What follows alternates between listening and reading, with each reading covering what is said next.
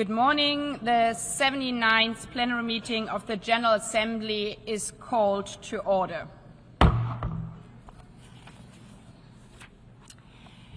The Assembly will resume its consideration of Agenda Item 64, entitled Use of the Veto, to hold a debate pursuant to Resolution 76/262 of April 26, 2022, on the situation as to which the veto was cast by two permanent members at the 10,130th meeting of the Security Council on April 7, 2026, under the agenda item entitled The Situation in the Middle East.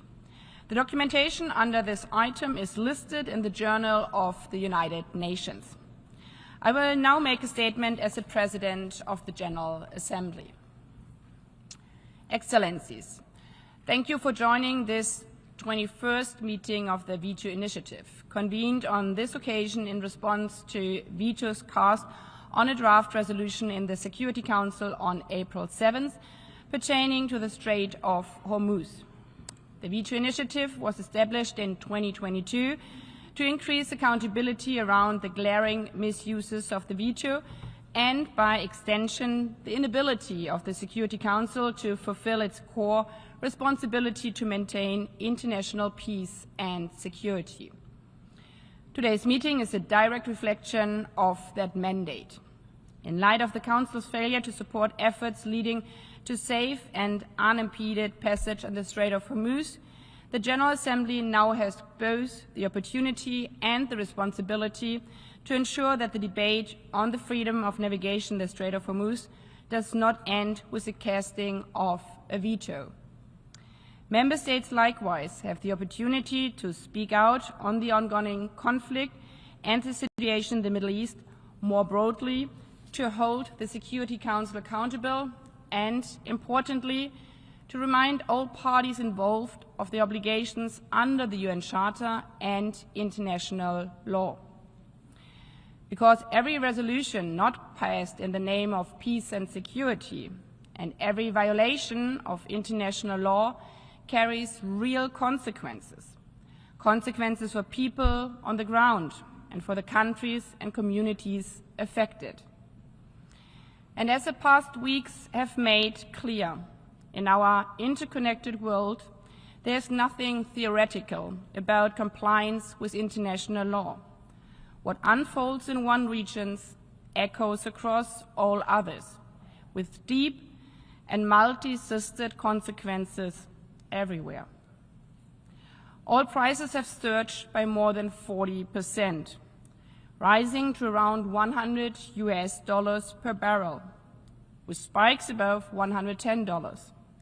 Disruptions linked to the conflict have removed up to 1.5 million barrels per day from global supply, driving sharp increases in fuel, transport, and broader trade costs.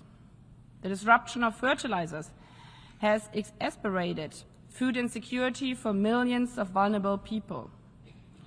The IMF cut its growth outlook for 2026, noting the threat of global recession.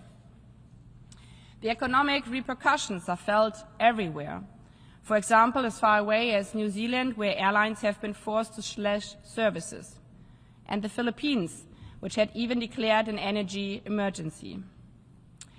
Yet while the veto resolution focused on the Strait of Hormuz, what we are witnessing is not a single crisis, but the convergence of multiple overlapping and long-standing fault lines, which did not start on the 28th of February. It includes attacks against civilian and commercial infrastructure, from oil and energy systems to airports to vessels and shipping containers, to most shockingly, schools and communities.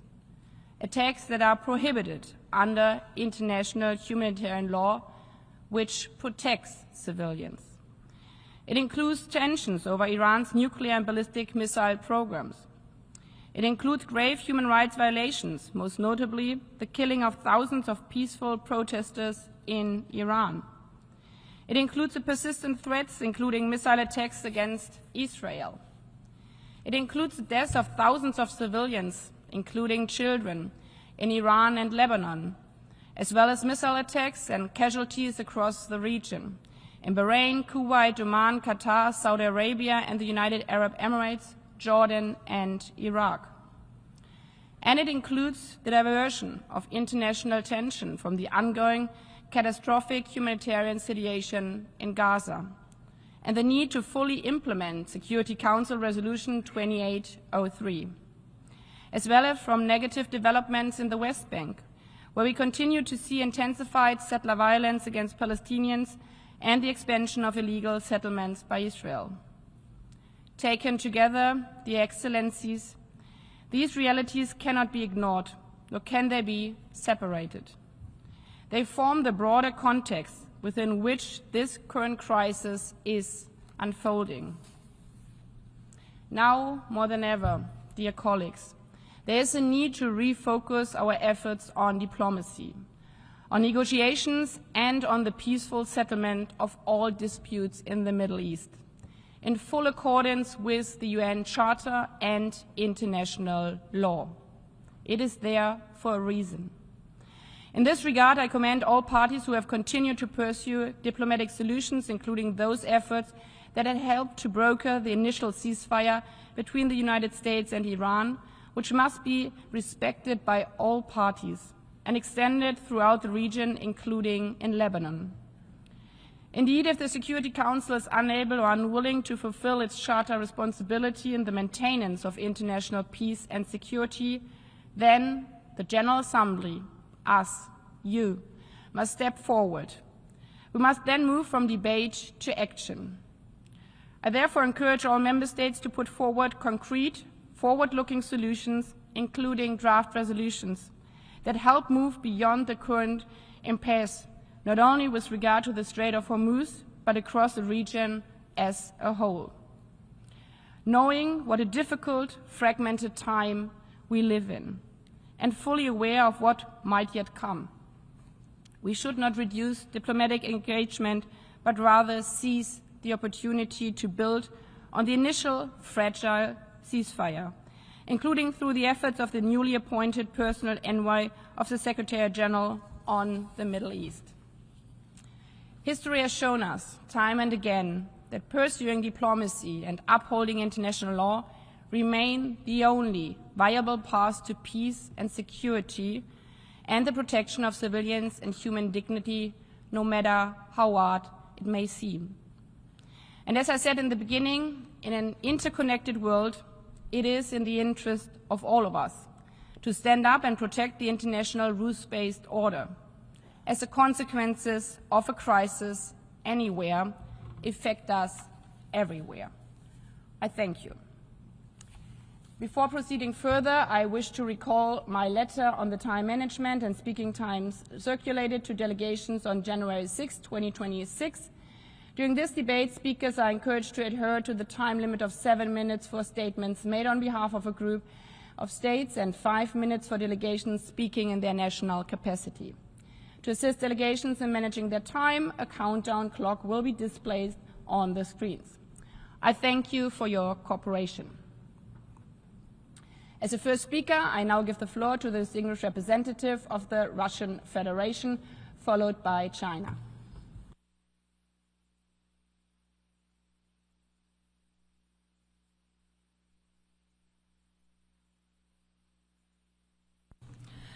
Госпожа председатель, Madam President, 7 апреля Российская Федерация проголосовала против внесенного Бахрейном, Иорданией, Катаром, Кувейтом, Объединенными Арабскими Эмиратами и Саудовской Аравией проекта резолюции Совета Безопасности в отношении ситуации в Ормузском проливе и прилегающих к нему водах. В первую очередь хотим напомнить о принципиальной позиции России в отношении конфликта на Ближнем Востоке. Наша страна осуждает агрессию США и Израиля против Ирана, развязанную в which was unleashed in violation of the UN Charter and other norms of international law, and which resulted in a large number of victims, including amongst the civilians. We are committed to the sovereignty and territorial integrity of all, without exception, sovereign states of the region, both Iran and the Arabian Peninsula monarchies.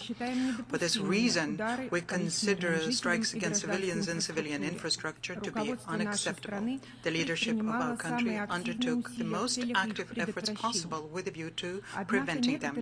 However, some members of the Security Council prefer to turn a blind eye to the root cause of the escalation of tensions. Unfortunately, this was one of the key shortcomings of the earlier Security Council Resolution number 2817. Nonetheless, Russia, understanding the concern of its partners of the GCC countries, abstained during that vote. However, in the draft Security Council resolution on maritime security in the Middle East that we are discussing today, not only was the broad context of the conflict ignored, in it the Security Council was being invited to give a green light to the use of certain protective measures under the pretext of ensuring the safety of navigation. This would have become a carte blanche for the continuation of aggressive actions and further escalation. The removal of references to Chapter 7 of the UN Charter and to the mentioning of all necessary measures did not solve this problem. In addition to this, essentially every paragraph of the draft resolution was replete with confrontational and factually incorrect elements, which is something that we spoke about in detail in the statement we made in explanation of the vote on the 7th of April. The adoption of such a document would only have created an additional pretext for aggressors who were already subjecting Iran's civilian infrastructure and civilians to massive strikes. Enshrining the possibility of using force on the basis of vague criteria, accompanied by an attempt to create the impression of Iran as the sole source of threats to international peace and security, left ample room for interpretation by some states and for legitimizing unlawful and dangerous actions. In the very recent past, we have already seen such an example, and everyone can recall what monstrous consequences the broad interpretation of Security Council Resolution 1973 on Libya, adopted in 2011, led to. The Russian Federation could not allow the Security Council to sign up to the legitimization of aggression. For this reason, throughout the entire negotiating process and up to the very last moment, we kept calling on our Arab friends to refrain from advancing this draft resolution. Unfortunately, our Bahraini colleagues and their like-minded partners nevertheless decided to bring the matter to a vote. In that situation, we had no choice but to oppose its adoption. China acted in a similar manner. The events that followed did once again confirmed that our countries, as responsible permanent members of the Security Council, took the right decision. Shortly after the vote on the 7th of April, the establishment of a ceasefire regime between the United States and Iran was announced, and on the 11th of April in Islamabad, direct talks were held between the high-level American and Iranian representatives. We are convinced that preventing short-sighted and ill-considered steps within the Security Council made it possible to safeguard the necessary condition to achieve the first, although minimal and very fragile, agreements, as well as for launching a diplomatic process for a comprehensive settlement. Madam President, the Russian Federation stands for ensuring the freedom of navigation, and not only in the Strait of Hormuz and adjacent waters, but throughout the world ocean. We consider it necessary to seek an end to attacks on the commercial fleet of any states, as well as the opening of corridors for Cuba and Venezuela. This problem must be addressed in a comprehensive manner with the participation of all interested states. We are convinced that such an approach should be fully applied to the current situation in the Middle East as well. Resolving the problem of the Strait of Hormuz, aggravated by the escalatory steps of the American leadership to block maritime communication with Iranian ports, is impossible without eliminating the root causes of the current crisis and without taking into account the opinion of Tehran. At the same time, understanding the concerns of our Arab friends, and Russia, jointly with China, put forward an alternative draft Security Council resolution on the current situation in the Middle East, including in the context of maritime security. This draft is framed in a concise and balanced manner and is aimed at facilitating the search for a negotiated solution, which is currently being pursued with the assistance of a number of countries, including Pakistan. The document is currently in blue. at the Security Council table. We believe that at the present moment, the Council should focus precisely on such objective initiatives that are consistent with its mandate to maintain international peace and security. And we count on the support of all members of the Security Council. I thank you. I thank the distinguished representative of the Russian Federation. I now give the floor to the distinguished representative of China, followed by Kuwait and the European Union.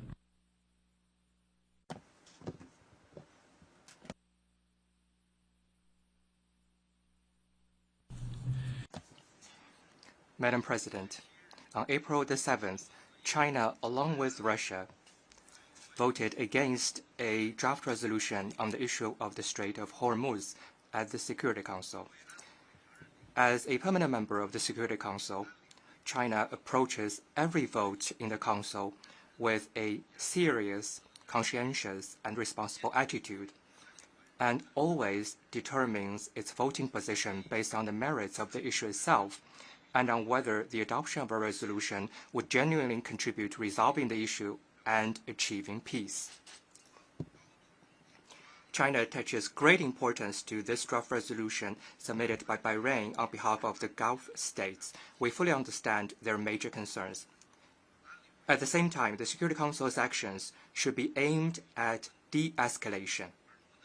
They must not provide a veneer of legitimacy for unauthorized military operations or grant a license to the use of force, let alone further exacerbate tension and add fuel to the fire, thereby leading to an escalation of the conflict. In exercising its veto on this draft resolution, China has upheld international fairness and justice, defended the purposes and principles of the UN Charter, prevented the conflict from expanding further and the situation from escalating further, and created favorable conditions for achieving a temporary ceasefire and launching dialogue and negotiation. China's vote represents a choice responsible for peace and for the people of the region.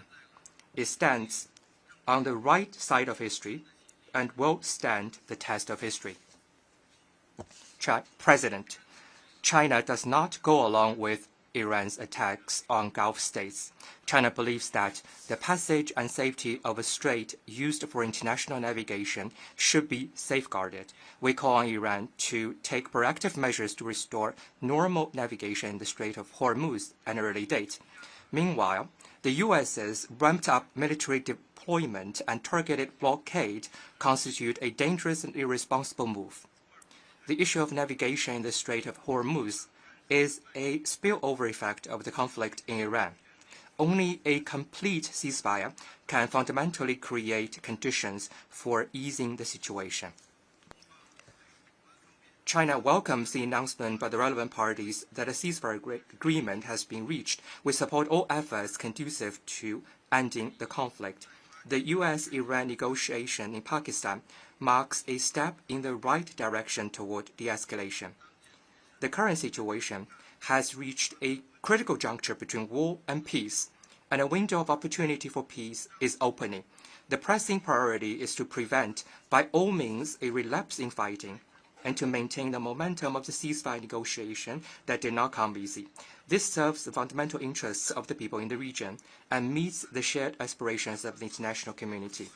The relevant parties should adhere to the ceasefire agreement, stick to the direction of dialogue and peace talks, stay committed to resolving disputes through political and diplomatic means, and take concrete actions to ease regional tension.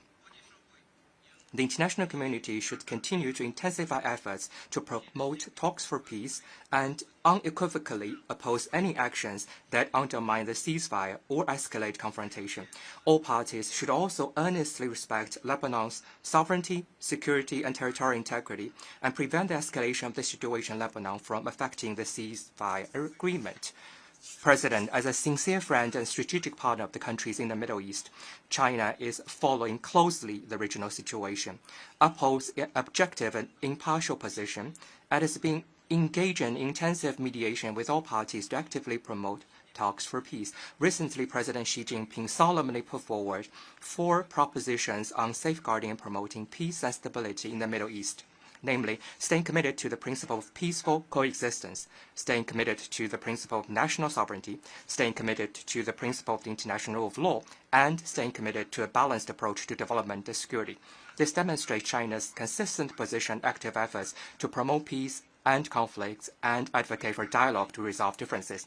It offers a Chinese approach to resolving the crisis and ending the conflict. Guided by the essence of President Xi Jinping's 4 propositions, China stands ready to continue to facilitate de-escalation, promote the improvement of relations among regional countries, and play a constructive role in ultimately achieving enduring peace and stability in the Middle East. Thank you, President. I thank the distinguished representative of China. I now give the floor to the distinguished representative of Kuwait, also on behalf of Bahrain, Jordan, Qatar, Saudi Arabia, and the United Arab Emirates.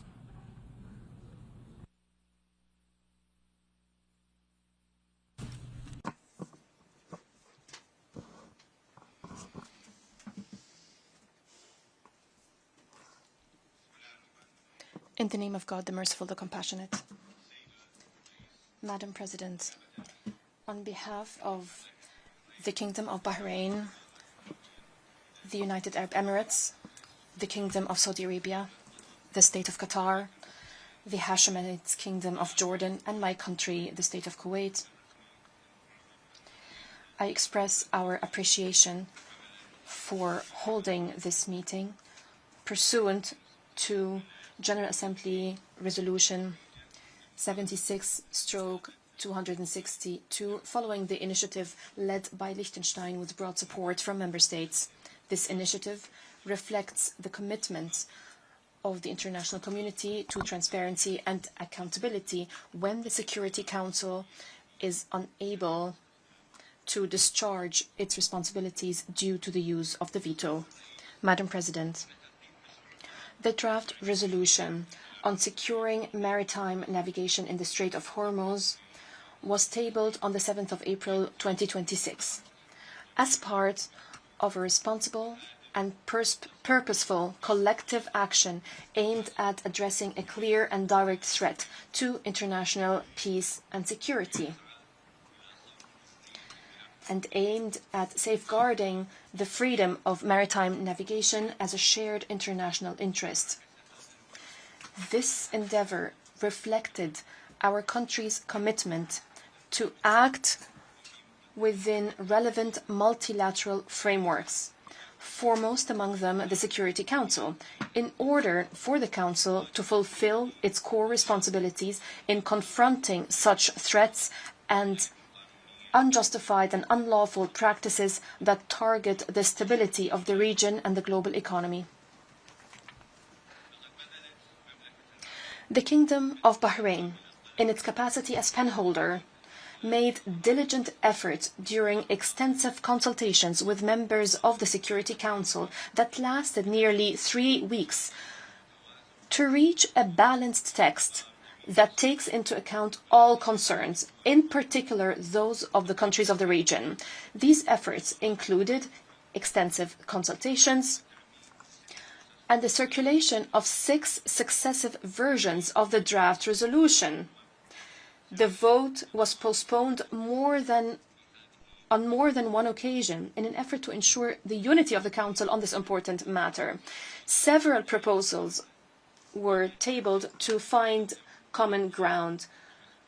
Nevertheless, the Security Council was unable to discharge its responsibility and adopt the draft resolution, despite the gravity of the existing threat and its direct impact on international peace and security. Madam President, through Security Council Resolution 2817, which was co-sponsored by 136 states, the international community has adopted obligations that are not subject to sundry interpretations or selective implementation. Any failure to implement these obligations or any laxity in enforcing them encourages further violations in blatant defiance of this consensus, and this would be a real test of the credibility of the international system. The illegal measures taken by Iran in the Strait of Hormuz have constituted a direct threat to global energy security and the safety of supply chains. When international maritime routes are threatened, the entire world is affected by the repercussions. They impact the lives of millions in the region and around the world. And it is the global south that bears the greatest burden of such crises. The World Food Programme has estimated that continued disruptions could push up to 45 million additional people into acute food insecurity. This is not a new matter. This is a pattern of behavior that we have seen before. Security Council Resolution 552 of 1984 expressed international concern regarding such practices. Madam President, these attacks by the Islamic Republic of Iran have not only targeted shipping lanes, but have also affected civilian facilities and critical infrastructure in clear and blatant violation of international law and international humanitarian law, as well as the rules of freedom of navigation enshrined in the United Nations Convention on the Law of the Sea. Such practices cannot be justified under any pretext, and they are imprescriptible. Rather, they require a firm and responsible international stance. This collective action reflected a necessary response to grave developments that created a direct threat to freedom of maritime navigation and affected the safety and stability of international trade, energy markets, and the supply of food and medicine. The draft resolution also aimed to consolidate relevant principles of international law on freedom of navigation and aimed to ensure that waterways are not used as tools of pressure or extortion. The failure by the Security Council to adopt it does not absolve any party of responsibility, but it does send an erroneous message to the peoples of the world that threats to international waterways can occur without a firm collective response by the international body responsible for the maintenance of international peace and security. Madam President, the Gulf region is not distant from the countries of the world. Rather, it lies at the heart of the global economic stability. Its security is an integral part of the security of all states, and its stability is a cornerstone of prosperity for the world as a whole. We are aware of the seriousness of existing threats, and we are committed to safeguarding maritime security and ensuring the continuity of international trade. Our countries, therefore, wish to announce their intention collectively to continue working and coordinating closely with member states with a view to submitting a new draft resolution aimed at securing the freedom of maritime navigation. This effort will be based on a comprehensive, consultative approach that takes into account all concerns, thereby enhancing the prospects of achieving broad international consensus and reaffirming the principles of international law applicable to straits used for international navigation in order to protect freedom of navigation, safeguard maritime security, and ensure full compliance with Security Council resolutions 552 and 2817. At the same time, we affirm that the right of our countries to defend their security and sovereignty remains guaranteed under Article 51 of the Charter of the United Nations to address any ongoing threats. Madam President, the credibility of the international system is measured by its unity and its ability to implement its resolutions on the ground. Today, that credibility stands before a real test. We will continue to uphold our responsibility alongside all those who believe in international law and in the right of peoples to security, stability, and a life of dignity. I thank you, Madam President. I thank the distinguished representative of Kuwait on behalf of Bahrain, Jordan, Qatar, Saudi Arabia, and the United Arab Emirates. I now give the floor to the distinguished representative of the European Union. To speak.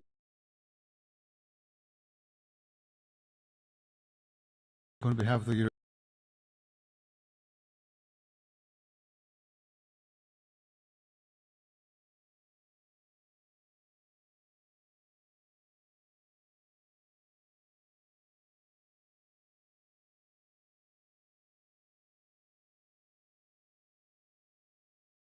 energy and food security, and for other critical supply chains. As we are witnessing today, disruption to its normal functioning carries far-reaching consequences as the security, economic, and humanitarian aspects of the crisis spill far beyond the Gulf region. For example, since the onset of the escalation, fertilizer prices increased by 20 to 35% in Latin America and the Caribbean, and global urea prices are up 50% just as Asia enters its rice planting season. This threatens to reduce harvest globally and could drive up to 45 million additional people, as the previous statement indicated, into acute hunger during 2026. This is a global crisis and the most significant humanitarian supply chain disruption since COVID, comparable to the shock caused by Russia's blockade of the Black Sea and the subsequent grain crisis. Any act that threatens safe and free navigation through the Strait of Hormuz is unacceptable. Maritime security, freedom of navigation, and the right of safe free passage through international straits must be respected in line with international law as reflected in the United Nations Convention on the Law of the Sea. It cannot be conditioned by individual states. The European Union welcomes the ceasefire agreed by the United States and Iran and urges for de-escalation and continued dialogue and full respect of international law by all parties, including the principles of the United Nations Charter and international humanitarian law. We commend Pakistan and other regional partners for their efforts and mediation that contributed to this positive outcome. Madam President, we welcome increased coordination among partners to ensure freedom of navigation in the Strait of Hormuz and to consider appropriate measures once the conditions are met.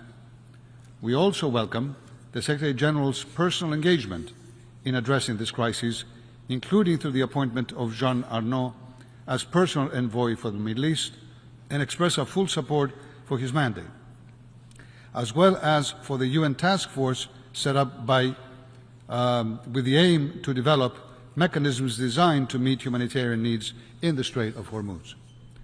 We urge all involved to fully respect the ceasefire across the region, including in Lebanon, cease all military operations, and fully ensure freedom of navigation in line with international law, with special urgency on the passage of humanitarian goods. UNSC Resolution 2817 should be fully implemented. All parties must comply with international humanitarian law and protect civilians and civilian infrastructure, UN peacekeepers, and humanitarian personnel.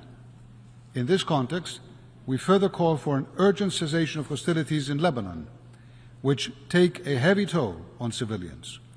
We hope that the first bilateral meeting in decades between Israel and Lebanon may pave the way to a lasting peace between the two countries. To conclude, Madam President, the European Union will continue to engage with partners in the region to contribute to de-escalation and regional stability. Diplomacy is key to resolving all outstanding issues. European Union's High Representative, Kallas, visited the Gulf countries last week, while the President of the European Council, Costa, concluded his visit to the Gulf region yesterday. Parties should continue engaging in good faith in efforts to reach a sustainable agreement on all areas of concern. We stand ready to contribute to all diplomatic efforts in coordination with partners to reduce tensions and to bring about a lasting solution to end the hostilities, prevent Iran from acquiring a nuclear weapon, and put an end to Iran's destabilizing activities, including its ballistic missile program. Thank you, Madam President. I thank the distinguished representative of the European Union on behalf of the EU and its member states. I now give the floor to the distinguished representative of Singapore, also on behalf of Fiji, Malta, and Jamaica.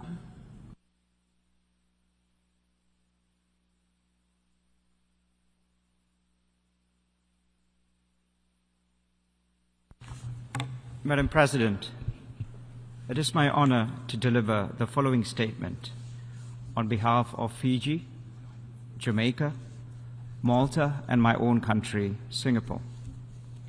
Our 4 countries contributed actively to the negotiation, drafting, and conclusion of the United Nations Convention on the Law of the Sea, or UNCLOS. We remain steadfast stewards of the Convention, committed to upholding it as a legal framework within which all activities in the oceans and seas must be carried out. For small states, the international rule of law is a matter of survival.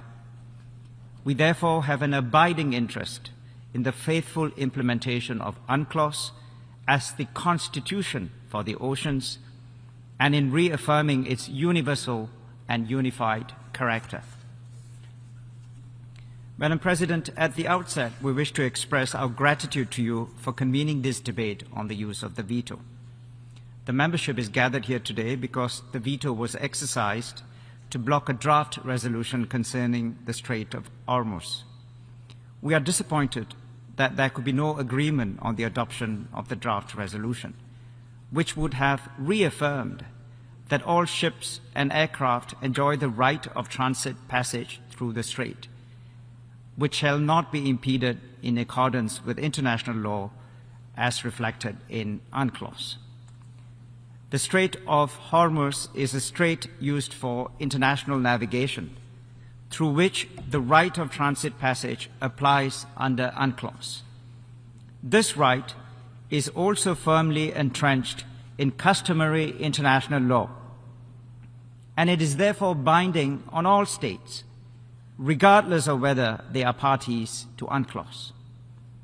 Transit passage applies during peacetime and war. This right is not contingent on any license or levy. It is an inherent right of ships and aircraft to traverse without prior authorization. As reflected in Article 44 of UNCLOS, the rule is unequivocal that states bordering such straits shall not hamper or suspend transit passage. There are no exceptions to this inherent right. The right of unimpeded transit passage has been and continues to be of fundamental importance to international maritime trade. When transit passage is disrupted, the consequences reverberate across the global economy through energy markets, supply chains, and increased freight costs. For many small island nations and developing states with import-dependent economies, such disruptions have severe impacts on economic resilience and energy security. It is in the collective interest of the international community to ensure respect for and uphold the right of unimpeded transit passage in the Strait of Hormuz, as well as in all other straits used for international navigation. Madam President, the current situation in the Strait of Hormuz, where transit passage has been impeded, is of great concern. We call on all concerned parties to uphold and respect the right of transit passage, comply with all other applicable obligations under international law, restore safe and unimpeded transit passage in the Strait of Hormuz, and ensure the safety of seafarers and ships. Madam President, please allow me to also make some additional remarks in my national capacity. Singapore had welcomed the announcement of a 2-week ceasefire in the Middle East on the 8th of April 2026. We are encouraged by the steps towards de-escalation and commend the efforts of the mediators, in particular Pakistan. We urge the United States of America and the Islamic Republic of Iran to continue down the path of dialogue and redouble efforts in negotiations that will lead to the permanent end to the conflict and lasting peace and stability in the region. Safe and unimpeded transit passage through the Strait of Hormuz, in accordance with international law and UNCLOS, must be restored. The safety of seafarers and ships must be ensured, and Singapore also endorses the statement to be made later by the Philippines on behalf of ASEAN. Thank you. I thank the distinguished representative of Singapore, also on behalf of Fiji, Malta, and Jamaica. I now give the floor to the distinguished representative of Iceland, also on behalf of Finland and Norway, followed by the Philippines and Liechtenstein.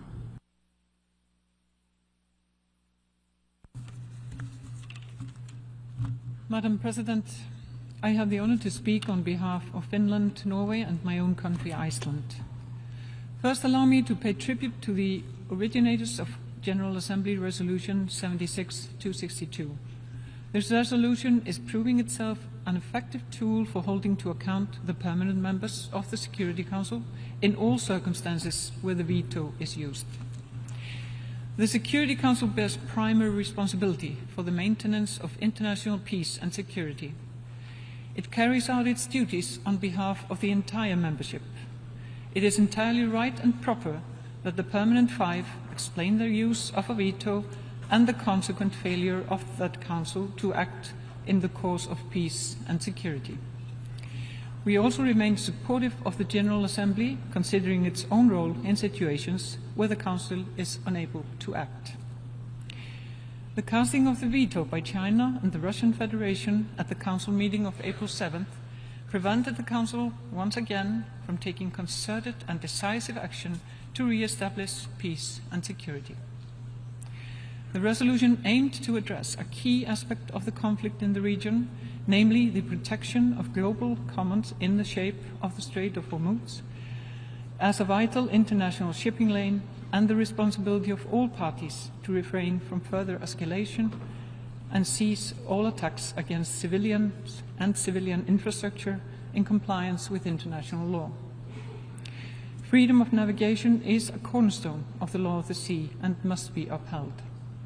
The failure to resolve these issues risks massive damage to the global economy and severe impact on millions of ordinary people, particularly in countries already in a situation of food insecurity.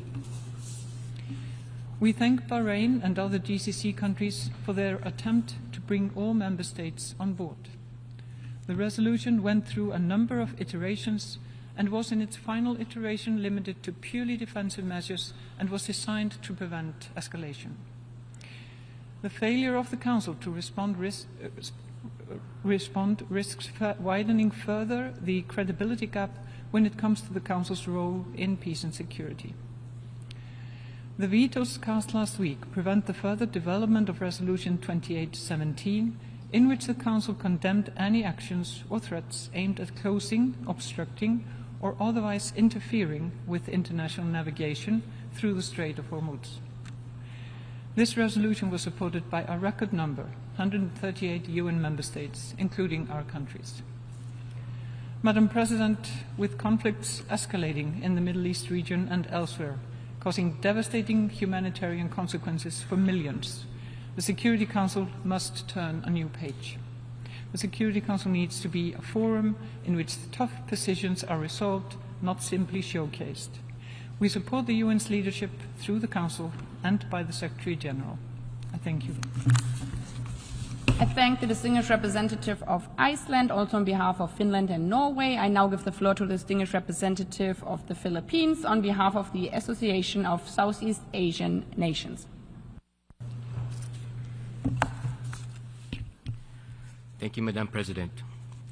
I have the honor to deliver this statement on behalf of the 11 member states of the Association of Southeast Asian Nations. Brunei Darussalam, Cambodia, Indonesia, the Lao People's Democratic Republic, Malaysia, Myanmar, Singapore, Thailand, Timor-Leste, Vietnam, and my own country, the Philippines. ASEAN expresses deep concern over the developments in the Middle East and their implications for regional and global peace and stability.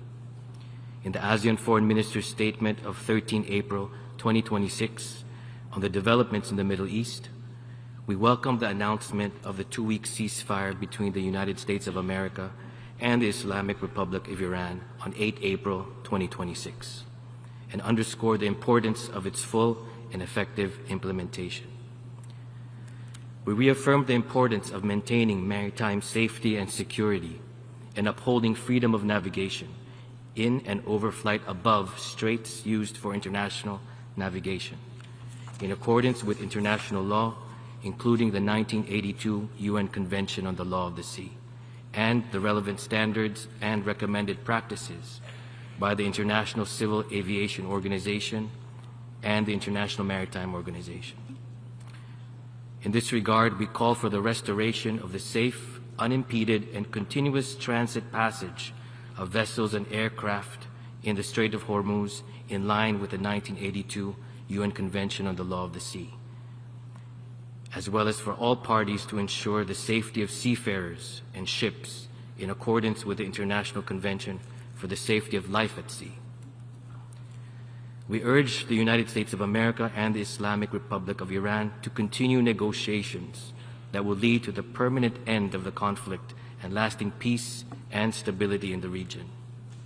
We commend the efforts of the Islamic Republic of Pakistan and all parties involved for the collaborative efforts in this regard. We call for the full and effective implementation of the ceasefire, aimed at preventing further suffering and loss of lives, ensuring maritime security and freedom of navigation and overflight, especially for merchant, non-combatant vessels and aircraft in accordance with the 1982 UN Convention on the Law of the Sea, minimizing disruption to the flow of energy and essential goods, and mitigating its adverse impact on global economic stability. We urge all parties involved to maintain conducive conditions for the full and effective implementation of the ceasefire, exercising utmost restraint, ceasing all hostilities, acting responsibly, avoiding any acts that may aggravate the situation, and working collectively towards a comprehensive and enduring resolution in accordance with international law, the United Nations Charter, and relevant UN Security Council resolutions. We underscore the importance of maintaining regional peace, stability, and prosperity, upholding international law, and promoting earnest dialogue and diplomacy as the primary means of addressing conflicts and tensions, including the need for a complete and immediate cessation of hostilities across all fronts in the Middle East. We further reaffirm the obligations of all states to resolve their differences through peaceful means, to respect the sovereignty and territorial integrity of all nations, to protect civilians and civilian infrastructure in armed conflicts, and to ensure the safety and security of UN peacekeepers and humanitarian personnel, in line with international law, the UN Charter, and relevant UN Security Council resolutions. I thank you, Madam President. I thank the distinguished representative of the Philippines on behalf of the Association of Southeast Asian Nations. I now give the floor to the distinguished representative of Liechtenstein, recalling the time limit of statements for delegations speaking in their national capacity of 5 minutes, followed by Egypt and Japan. Morning, Madam President. Thank you for convening this assembly in a timely manner after the casting of a veto by the Russian Federation and China on draft resolution 2026/273 proposed by Bahrain on behalf of a group of states in the Security Council. We appreciate the production of a special report by the Council and the presence of both vetoing states at today's meeting, both of which are in line with the provisions of Resolution 76262, otherwise known as the Veto Initiative. We look forward to receiving a summary of today's meeting to be sent to the Council for their reflection in line with Resolution 79-327. Madam President, the situation regarding the Strait of Hormuz is of significant concern across the world, not simply because of the armed conflict that has led to the situation in and around the strait, but because of the consequences for global shipping and for the transit of vital energy supplies, foodstuffs, and fertilizers, and the massive impact on the global economy. The conflict is making life unaffordable for many and will undoubtedly leave the most vulnerable hungry. We appreciated the initiative to bring a resolution addressing the situation in the interests of populations the world over, indeed, of all of us. We also appreciate the efforts by the drafters to listen to Council members with concerns over the text, while this has unfortunately not resulted in a resolution that was able to be adopted by the Council. It is important that measures taken by the Council are commensurate with the threats they are meant to address, including through appropriate temporal and geographical limitations. We also note in this context that the draft did contain some ambiguity, in particular with respect to the chapter under which the Council is deriving its legal authority for the measures contained in the text, a more general problem with respect to the drafting of Council resolutions. We encourage all drafters of such texts to specify under which chapter they intend the Council to act. Madam President, today we find ourselves in a different situation to when the draft was vetoed. Liechtenstein thanks Pakistan and all other states who have worked towards the ceasefire deal between the United States and the Islamic Republic of Iran and urges for its full and complete implementation and the conclusion of a lasting peace agreement. We note that Israel has announced it will enter talks with Lebanon and urge negotiations in good faith on the basis of the aforementioned ceasefire. We also thank the Secretary General for the nomination of Jean Arnaud as his personal envoy on the Middle East conflict and its consequences, and express our full support for his work. Madam President, this is a situation where the world rightfully expects action by the political organs of the United Nations. We have listened carefully to the comments offered by Kuwait this morning and look forward to further steps to present a resolution echoing also the call that you yourself have made this morning. I thank you, Madam President. I thank the distinguished representative of Liechtenstein. Now I give the floor to the distinguished representative of Egypt, followed by Japan and Austria.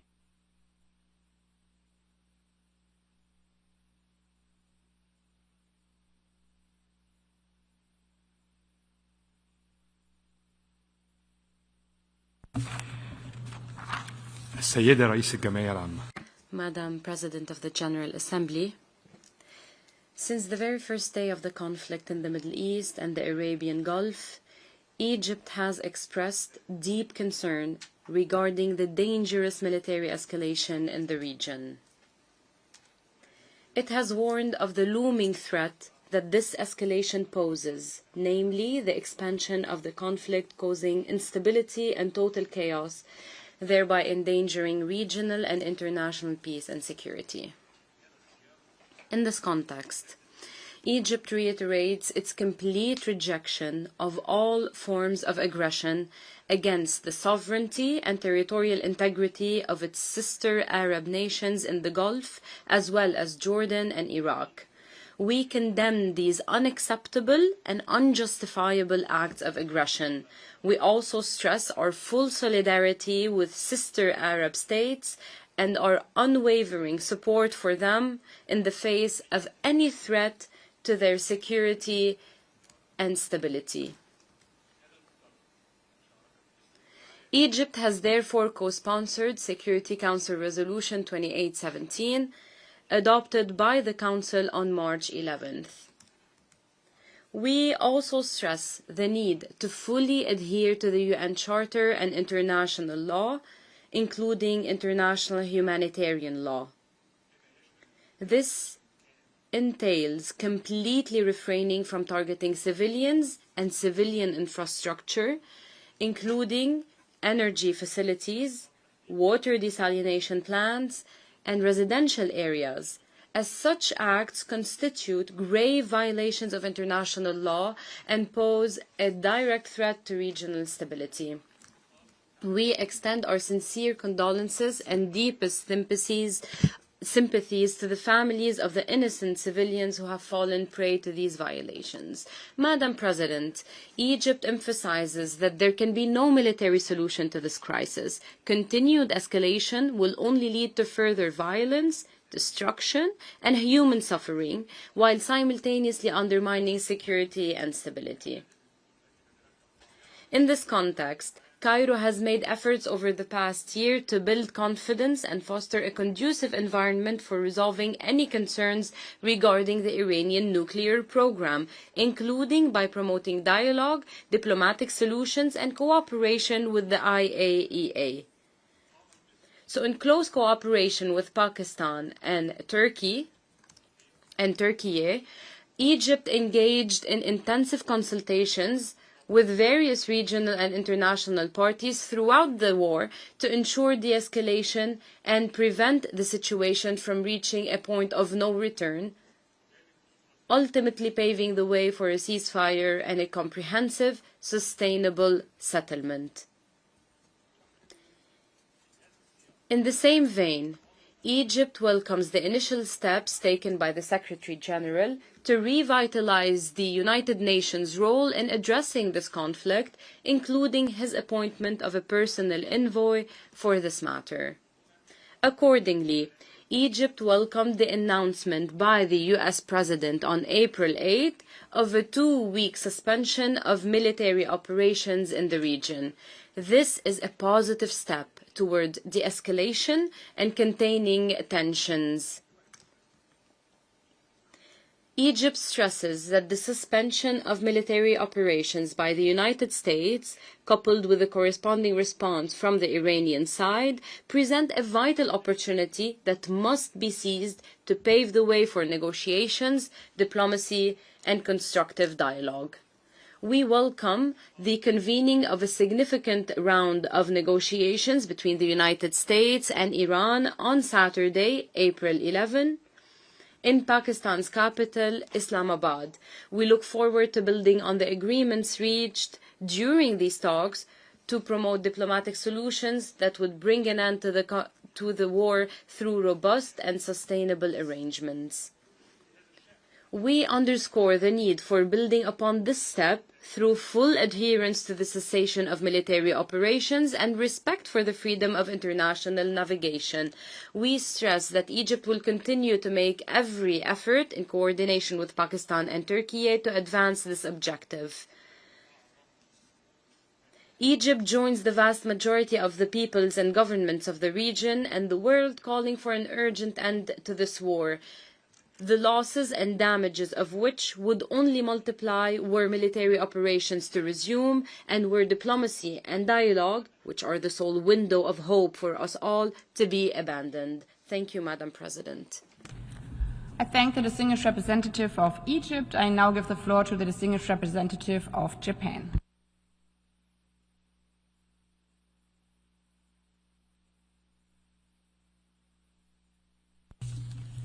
Thank you, Madam President. Achieving peace and order in the Gulf and the entire Middle East is of paramount importance, not only for regional stability, but for global peace and security. In this context, ensuring the safety of navigation in the Strait of Hormuz is indispensable to any meaningful normalization of the situation. Japan has consistently supported diplomatic efforts toward early de-escalation.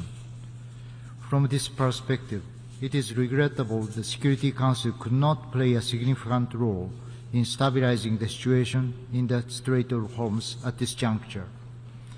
Under these circumstances, Japan expresses its respect and support for the mediation efforts by the parties concerned, particularly the recent US-Iran negotiations held in Islamabad. We hope that such diplomatic endeavors will lead to a positive impact on the normalization of transit through the strait. As a vital artery for global commerce, the strait must remain open and safe for international navigation. Current situation in the Strait of Hormuz has been undermining global food and energy security. Japan underscores that ensuring free and safe passage of the Strait of Hormuz constitutes a vital foundation for global socio-economic stability, particularly for those regions such as Asia and Africa that are most directly vulnerable to disruption. In this regard, Japan welcomes the decision made by the IMO Council on March 19th. We call for the relevant parties to take necessary immediate actions to enable establishment of a framework such as a safe maritime corridor to facilitate the safe evacuation of merchant ships. The disruption of maritime transport not only threatens the well-being of seafarers, but also hinders the integrity and viability of the international maritime system. For our part, Japan recently hosted a summit meeting to call for a new framework called Partnership on Wide Energy and Resource Resilience Asia, Power Asia, to cooperate in emergency responses through financing the procurement of crude oil, petroleum products, and maintaining supply chains in Asia, as well as in structural responses such as establishing stockpiling and release system. In conclusion, we call for further diplomatic efforts by member states to restore safe international navigation. I thank you. I thank the distinguished representative.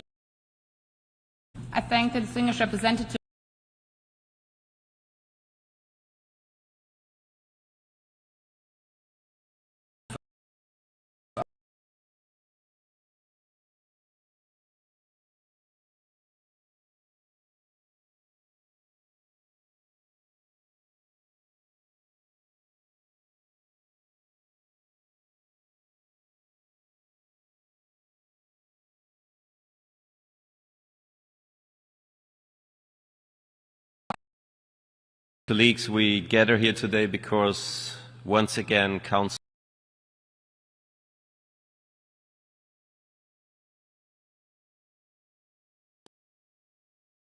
Austria regrets that a matter of law. This right cannot be suspended unilaterally and continues to apply in times of armed conflict. The unilateral blockade of or restrictions to freedom of navigation in the Strait of Hormuz have severe consequences for food and energy security across the world, as many have said before. This threatens to destabilize the global economy, and it risks pushing the most vulnerable countries to the brink of famine. Millions will suffer if this situation remains unaddressed. Madam President, any unilateral actions restricting the freedom of navigation in the Strait of Hormuz or other international straits are therefore completely unacceptable. Austria strongly calls for the freedom of navigation through the Strait of Hormuz to be swiftly restored.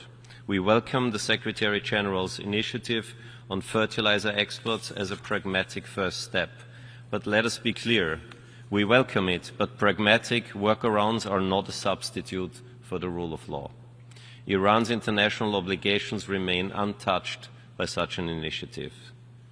Colleagues, let me speak plainly about the wider situation. Iran must never acquire a nuclear weapon. For Austria, which has championed the Treaty on the Prohibition of Nuclear Weapons and has worked towards a world and also a region free of nuclear arms for decades, this conviction is not rhetorical, it is a pillar of our foreign policy. And the people of Iran who have endured decades of repression deserve respect of their human rights and their human dignity. But military escalation is not the answer.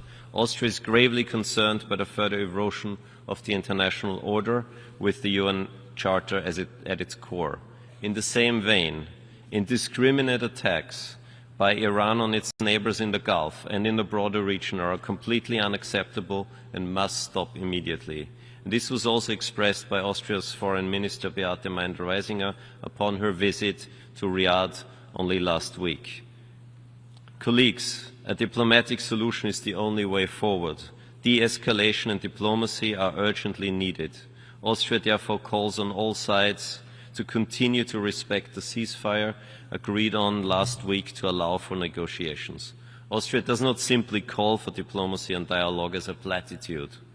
Federal Chancellor Christian Stocker and our Foreign Minister Beate Meindl-Reisinger have been in constant contact with all partners across the region and with the parties to this conflict. We're grateful to Pakistan and others for their tireless efforts in Islamabad. That those talks did not succeed is a setback, but diplomacy doesn't stop because one round of talks have failed. Vienna has hosted historic negotiations on the Iranian nuclear question before. We stand ready to do so again. Our offer is sincere and our commitment to mediation is unconditional. Colleagues, the only path forward is a peaceful solution. Austria stands ready to do its part to help achieve this goal. I thank you. I thank the distinguished representative of Austria. I now give the floor to the distinguished representative of the Islamic Republic of Iran, followed as the new speaking order by Denmark and New Zealand.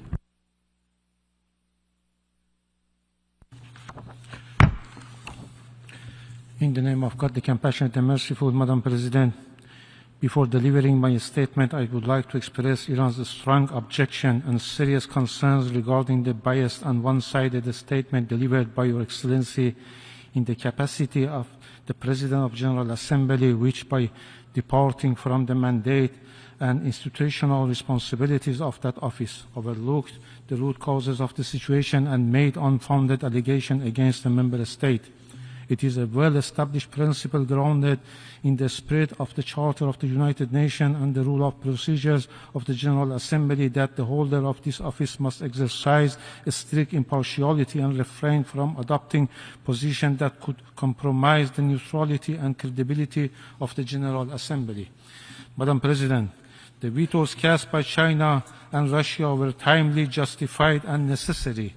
During the Council meeting, my delegation made clear that the text was one-sided and ignored the root causes of the crisis, the illegal and savage war of aggression by the United States and Israel against Iran on 28 February. Its adoption would have set a dangerous precedent, eroding the sovereign rights of the coastal states, undermining the UN Charter, and increasing the risk of escalation. Madam President, recent U.S. unlawful actions, including efforts to impose a naval blockade in the Strait of Hormuz, further demonstrate the flawed logic behind the draft. These unlawful measures escalate tensions and threaten both maritime security and international trade. Against this backdrop, I wish to mark the following points. First, the Islamic Republic of Iran, as a responsible state committed to the United Nations Charter and the international law, has consistently upheld freedom of navigation and maritime security in the Persian Gulf, the Strait of Hormuz, and the Gulf of Oman. For decades, Iran has fulfilled its responsibilities in good faith as a coastal state of the Strait of Hormuz, ensuring security and safeguarding freedom of navigation. Iran, in accordance with international law, has implemented necessary and precautionary measures to ensure the safety and security of navigation through the Strait of Hormuz. These measures are designed to facilitate the continuous and safe passage of vessels while preventing the exploitation of this waterway for hostile or military purposes by aggressors and their affiliates. Second, the imposition of the maritime blockade announced by the United States constitutes a grave violation of the sovereignty and territorial integrity of Iran. This unlawful action is a flagrant breach of the prohibition on the threat or use of force enshrined in Article 2 and constitutes a clear act of aggression under international law. By seeking to obstruct maritime traffic and from Iranian ports, the United States unlawfully interferes with the exercise of sovereign rights of the Islamic Republic of Iran and infringes upon the rights of the third states on lawful maritime commerce under international law. The United States must bear full responsibility for this internationally wrongful act of for any consequences arising therefrom, including the impact on the regional and international peace and security. The realization of principles of freedom of navigation and maritime safety in the Persian Gulf and the Sea of Oman, particularly in the Strait of Hormuz, which lies within the territorial seas of its coastal states, is only possible through full respect for the sovereignty and sovereign rights of those coastal states. As such, sustainable stability in the Strait of Hormuz and in the region can only be achieved through the cessation of aggression and the full respect for Iran's legitimate right and interest. Third, over the past 40 days of the United States and Israeli regime war of aggression against Iran, the aggressors have crossed every legal, moral, and humanitarian boundary. They have violated international humanitarian law and committed war crimes by deliberately and indiscriminately targeting civilian infrastructure, including residential areas, schools, hospitals, healthcare facilities, airports, sport facilities, and cultural and historical sites. Furthermore, the United States utilized military bases and facilities located in the countries of the Persian Gulf region. Evidence indicates that military movement and operational preparation were underway at these bases for the planning, preparation, equipping, and execution of unlawful military attacks against the Islamic Republic of Iran, despite Iran's prior warning that such unlawful action were being planned. Iran has formally reported this development with supporting documentation to the Security Council and the Secretary General. Fourth, Iran welcomes and supports any diplomatic affairs and credible initiative capable to bringing about the sustainable end to this unlawful and unwarranted war, including all genuine affairs through Pakistan, Turkey, Egypt, and the Kingdom of Saudi Arabia, as well as affairs by China and Russia. Any viable solution must ensure a definitive and irreversible end to the aggression and establish a just and durable peace grounded in the credible and verifiable guarantee against any recurrence. In this regard, we wish to express our sincere appreciation for the efforts of the government of Pakistan, particularly the Prime Minister and the Chief of the Army Staff, for the constructive mediation and for hosting these important negotiations. Despite our deep mistrust of the United States stemming from its repeated betrayal of diplomacy, we nevertheless entered the negotiation in good faith and remain cautiously optimistic. We believe that should the United States adopt a rational and constructive approach and refrain from advancing demands that are inconsistent with the international law, this negotiation can lead to a meaningful outcome. And finally, we categorically reject an unfounded and politically motivated allegation against my country made in this meeting. These claims lack any legal basis and serve only to divert attention from the realities on the ground, namely the illegal and savage war launched by the United States and Israeli regime against Iran. Some members referred to the Security Council Resolution 2817. Iran's legal position on this resolution have been circulated as a document of the General Assembly and the Security Council. Resolution 2817 disregards the unlawful war of aggression and armed attack by the United States and Israel against Iran, and in ignoring denies Iran inherent rights of self-defense exercised in accordance with Article 51 of the UN Charter. By omitting any reference to the aggressors, the Council fails in its responsibility to maintain international peace and security, and instead by adopting such a politically motivated resolution risks legitimizing further act of aggression. It should be recalled that under international law, the Security Council is bound to exercise its authority in full conformity with purposes and principles of the Charter of the United Nations. Any departure from these fundamental principles undermines the legal validity and moral authority of this decision. I thank you. I thank the distinguished representative of the Islamic Republic of Iran. I now give the floor to the distinguished representative of Denmark, followed by New Zealand and Australia.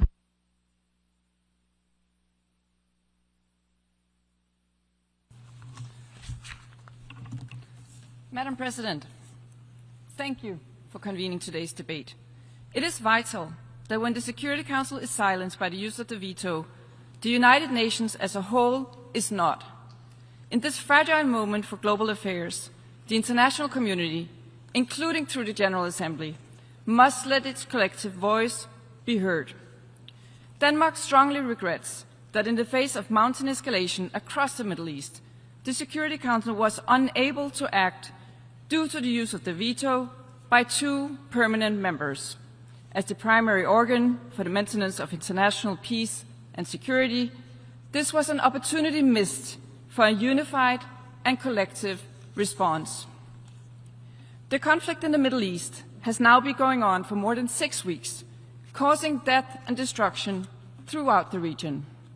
Iran's actions near and around the Strait of Hormuz has led to food shortages, rise in energy prices, and other adverse effects across the world. Global growth, commerce, and development depend on the freedom of navigation. The repercussions for the global economy and, increasingly, for food security, in particular across developing countries, are enormous. As a great maritime nation, Denmark is committed to maritime security, to open sea lanes, and to the safety of all seafarers. Denmark's vote on April 7 reflected our belief in the urgent need to address these developments.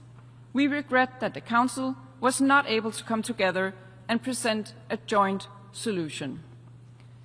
Madam President, we welcome the 2-week ceasefire between the United States and Iran and thank Pakistan and all parties involved for facilitating this important agreement.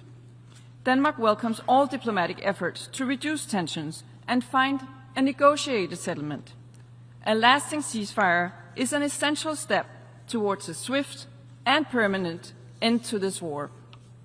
All efforts and negotiations must be resumed in good faith.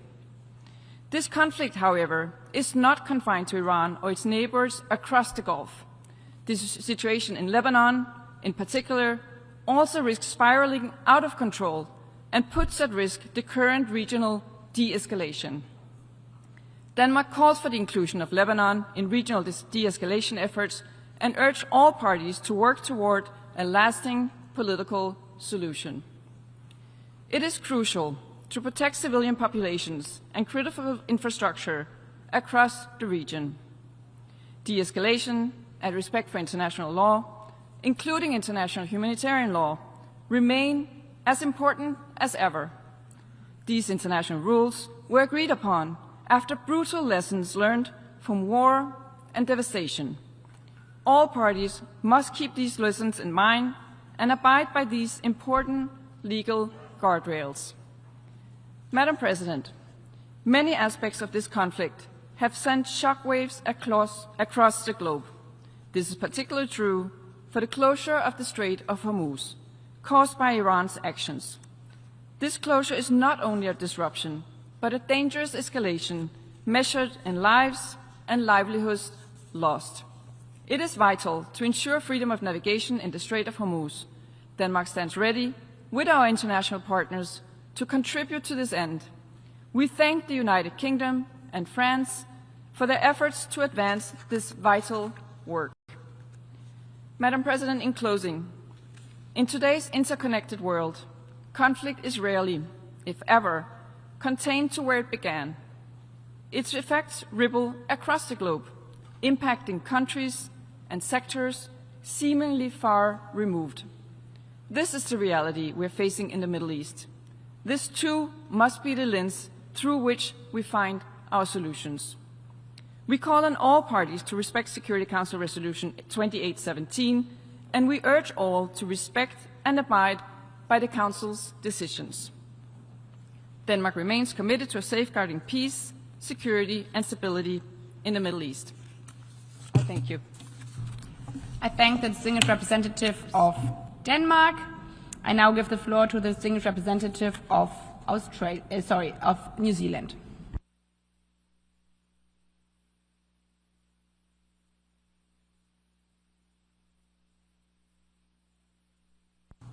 President, It is to New Zealand's deep disappointment that we meet again to discuss the use of the veto. New Zealand is a long-standing opponent of the veto. We are a strong supporter of Resolution 76/262 and are disappointed that it has been triggered so frequently. The Security Council's legitimacy lies in its ability to fulfil its responsibility under the UN Charter to maintain international peace and security and to address issues of pressing concern to member states. When a resolution is blocked through the use of the veto, the Council is deprived of that ability and its effectiveness and credibility are undermined. In this instance, 2 permanent members have prevented the Council from supporting an effort to ensure safe and secure navigation through the Strait of Hormuz. The closure of the strait is deeply damaging not only to supply chains, but energy markets and food security, and is causing suffering around the world, especially among the world's most vulnerable. The resolution in question also contained important affirmations of navigational rights and freedoms. These are cornerstones of global security and prosperity that benefit every country. New Zealand was pleased to co-sponsor Resolution 2817 last month, one of a record number of member states, which reaffirmed the important concepts of freedom of navigation and maritime security. We welcome the continued efforts by Bahrain and the international community to restore safe passage to the Strait of Hormuz. As reaffirmed in Resolution 2817 and by the International Maritime Organization Council, the exercise of navigational rights and freedoms by merchant and commercial vessels in accordance with international law must be respected. We were therefore disappointed that the Council could not adopt the resolution last week.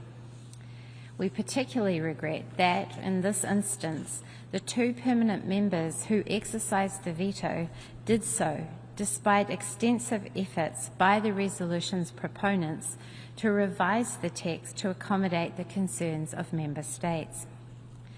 New Zealand strongly reiterates the importance of ensuring that all ships and aircraft can exercise their right of transit passage through the Strait of Hormuz without interference in accordance with international law as reflected in UNCLOS. New Zealand remains deeply concerned about this conflict.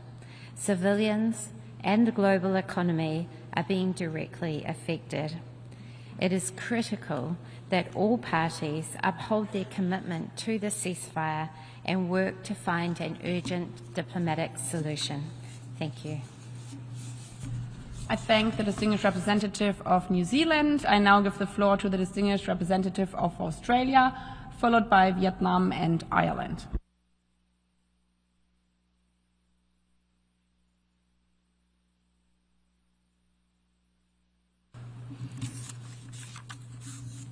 Thank you, President. Australia commends Bahrain and our Gulf partners for their efforts in the Security Council to ensure respect for navigational rights and freedoms in the Strait of Hormuz.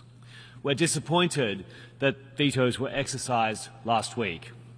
Navigational rights and freedoms matter for all states. All states benefit from an open Strait of Hormuz and a safe and predictable environment for global supply chains. That's why Australia is participating in discussions on multinational diplomatic efforts to support navigational rights and freedoms. President, the human, security and economic impacts of the Iran conflict are significant and far-reaching. We condemn the indiscriminate attacks inflicted by Iran and its proxies across the Middle East, including against civilians, civilian infrastructure and commercial vessels. We welcome all efforts towards a de-escalation, including the ceasefire announced last week between the United States, Israel and Iran. Australia urges all parties to uphold the ceasefire in full. Negotiations must continue towards a resolution of the conflict, which will support a reopening of the strait. The human cost and global economic impact of this conflict is mounting. The warnings, including this week from the IMF, are dire. We are seeing unprecedented shocks to global energy, fertilizer and petrochemical supplies, with immediate and long-lasting consequences reverberating around the world. In our region, Pacific Island countries are uniquely exposed to price volatility, supply chain disruptions and fuel shortages. More broadly, the World Food Programme has warned that Iran's actions in the Strait could push a further 45 million people into extreme hunger by June. The world's most vulnerable are most at risk. President, the expansion of the conflict into Lebanon, the loss of life and the displacement of more than 1.2 million civilians is deeply distressing. The ceasefire must be extended to Lebanon to prevent further loss of life and to give parties the space needed to negotiate a lasting settlement. President, Australia repeats its call for all parties across the region to uphold international humanitarian law and for civilians to be protected and to cease any attacks that deliberately threaten the safety and security of humanitarian personnel. Thank you. I thank the distinguished representative of Australia. I now give the floor to the distinguished representative of Vietnam.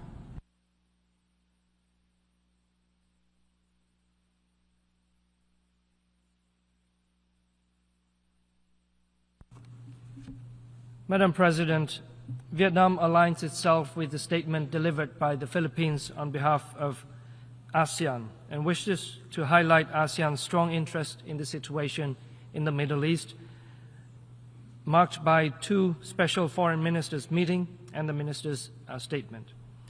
Vietnam remains deeply concerned by the ongoing conflict in the Middle East, including the latest developments in the Strait of Hormuz, which has caused immense human suffering and significant economic consequences.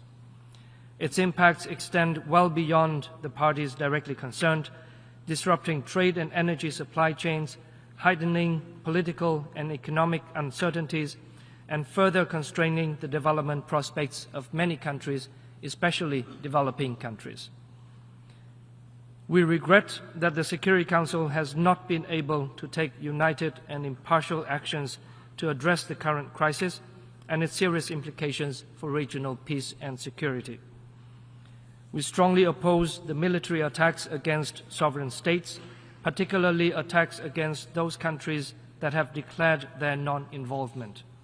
We are especially alarmed by and oppose attacks against civilians and civilians' infrastructure. In all circumstances, civilians and critical civilian infrastructure must never be targeted and attacked. Any such attack is in violation of international law and relevant UN resolutions, including Security Council Resolution 2573. This current crisis is yet again a manifestation of the erosion of international law, the continued infringement on the sovereignty and territorial integrity of states, the disrespect for the fundamental principles of no threat or use of force, and principle of peaceful settlement of disputes are in fact endangering the very foundations of the United Nations and our collective security architecture. Vietnam therefore calls on all parties to put an end to hostilities, especially attacks on civilians and critical civilian infrastructure, exercise maximum restraint, and avoid actions that could lead to further escalation, miscalculation, and wider confrontation. We underscore the fundamental importance of respect for international law and the UN Charter. We firmly believe that international law must be applied consistently to all states, regardless of size and in all circumstances. Selectivity in the application of international law ultimately undermines international law to the detriment of smaller states. It is Vietnam's view that maritime safety and security, the freedom of navigation and overflight must be upheld in accordance with international law, especially the 1982 United Nations Convention on the Law of the Sea. This is essential not only for the stability in the Middle East, particularly the Strait of Hormuz, but also for safeguarding the flow of energy and essential goods and preserving global economic stability. Finally, Madam President, the current crisis in the Middle East reminds us once again that only dialogue conducted in good faith and supported by genuine political will can pave the way toward lasting peace. We welcome the temporary ceasefire and encourage parties concerned to build on this momentum, to intensify diplomatic efforts, engage in meaningful dialogue, and pursue a balanced and constructive approach toward a sustainable and mutually acceptable solution. We commend efforts of countries and partners that have worked to maintain channels of communication, facilitate engagement, and create space for diplomacy. Such efforts are indispensable and deserve continued support. I thank you, Madam President. I thank the distinguished representative of Vietnam. I now give the floor to the distinguished representative of Ireland, followed by Brazil and the United States.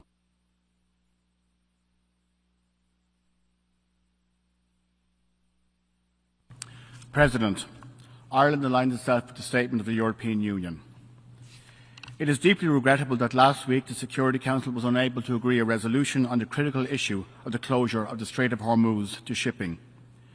We would like to acknowledge the efforts undertaken by Bahrain to reach consensus on this important matter. We remain deeply concerned about the situation in the Middle East, including the continued restrictions on lawful transit passage and freedom of navigation near and in the Strait of Hormuz. The critical importance of the strait has been clearly demonstrated in recent weeks. While the most immediate impact has been on states in the region, the reverberations have been felt across the world as trade of essential commodities and important supply chains have been severely disrupted. This disruption has a direct humanitarian, security and economic impact across the globe. It is likely that it will impact most heavily on the poorest and most vulnerable communities in relation to both energy and food security and hunger. Such restrictions and acts that threaten safe navigation through the strait are simply unacceptable.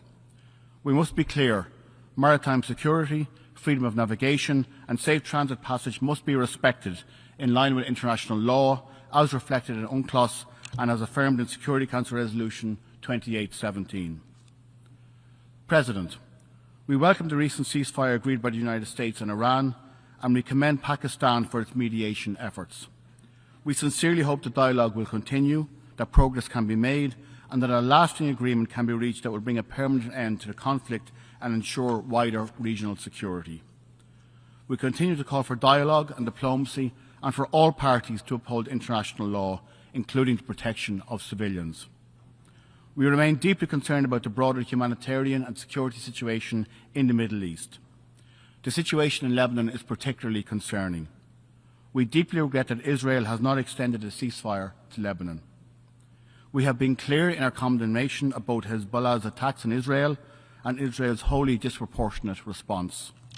We urge Israel to halt its military operations and to allow the Lebanese armed forces to assert their role in providing security for Lebanon and the Lebanese people. We welcome the announcement of discussions between Israel and Lebanon, and we encourage the parties to seek a diplomatic solution.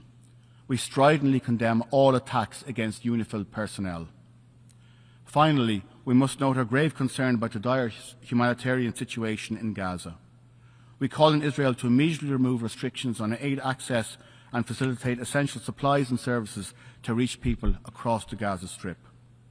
We are also concerned about the situation in the West Bank, with continuing settlement activity and settler violence against Palestinian communities. Ordinary civilians continue to suffer the consequences of conflict and instability across the Middle East, with spillover effects across the globe. President, in spite of the challenges we face, we continue to believe that the UN and the multilateral system is fundamental to the delivery of peace and security for the Middle East. We hope that the Security Council will return to this matter in due course and provide the impetus for peace, lasting peace across the region. I thank you. I thank the distinguished representative of Ireland. I now give the floor to the distinguished representative of Brazil.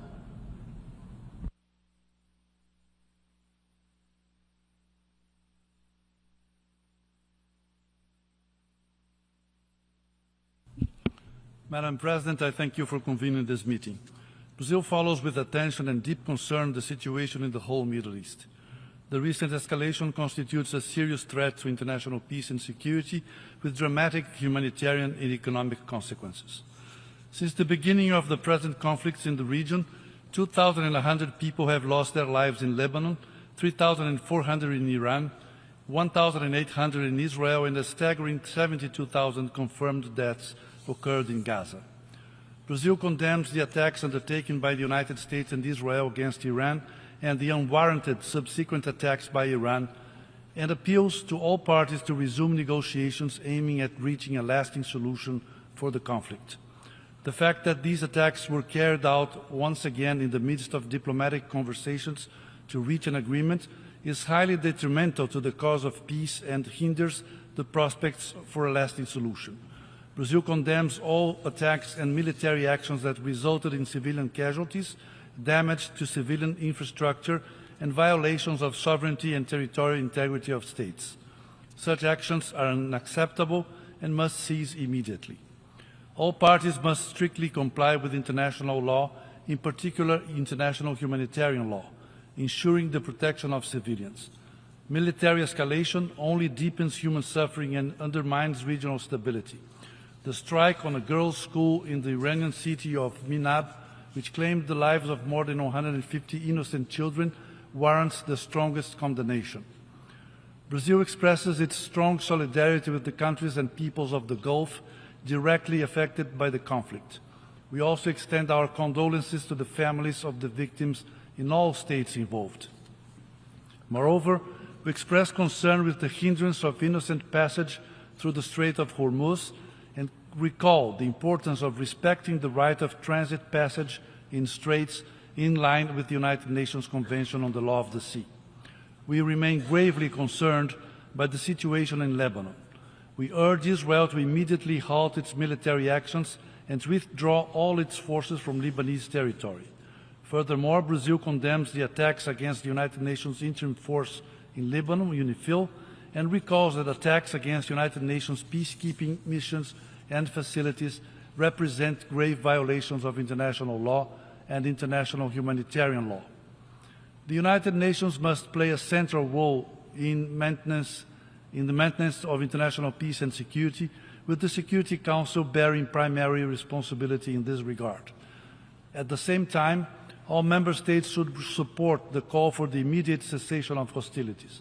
We must act together to achieve a negotiated solution to the crisis and uphold the principles and purposes of the UN Charter and international law. We reiterate our support for the efforts of regional actors and other relevant partners, including Pakistan, Saudi Arabia, Egypt, and Turkey, aimed at promoting de-escalation, dialogue, and diplomatic solutions. We welcome initiatives that point toward a cessation of hostilities across the region and the resumption of negotiations, including for the peaceful reopening of the Strait of Hormuz. We urge all parties to engage in diplomatic efforts and negotiations in good faith to put an end to the ongoing conflicts. Dialogue remains the only viable path to building a sustainable peace. Thank you. I thank the distinguished representative of Brazil. I now give the floor to the distinguished representative of the United States, followed by the United Kingdom and Pakistan.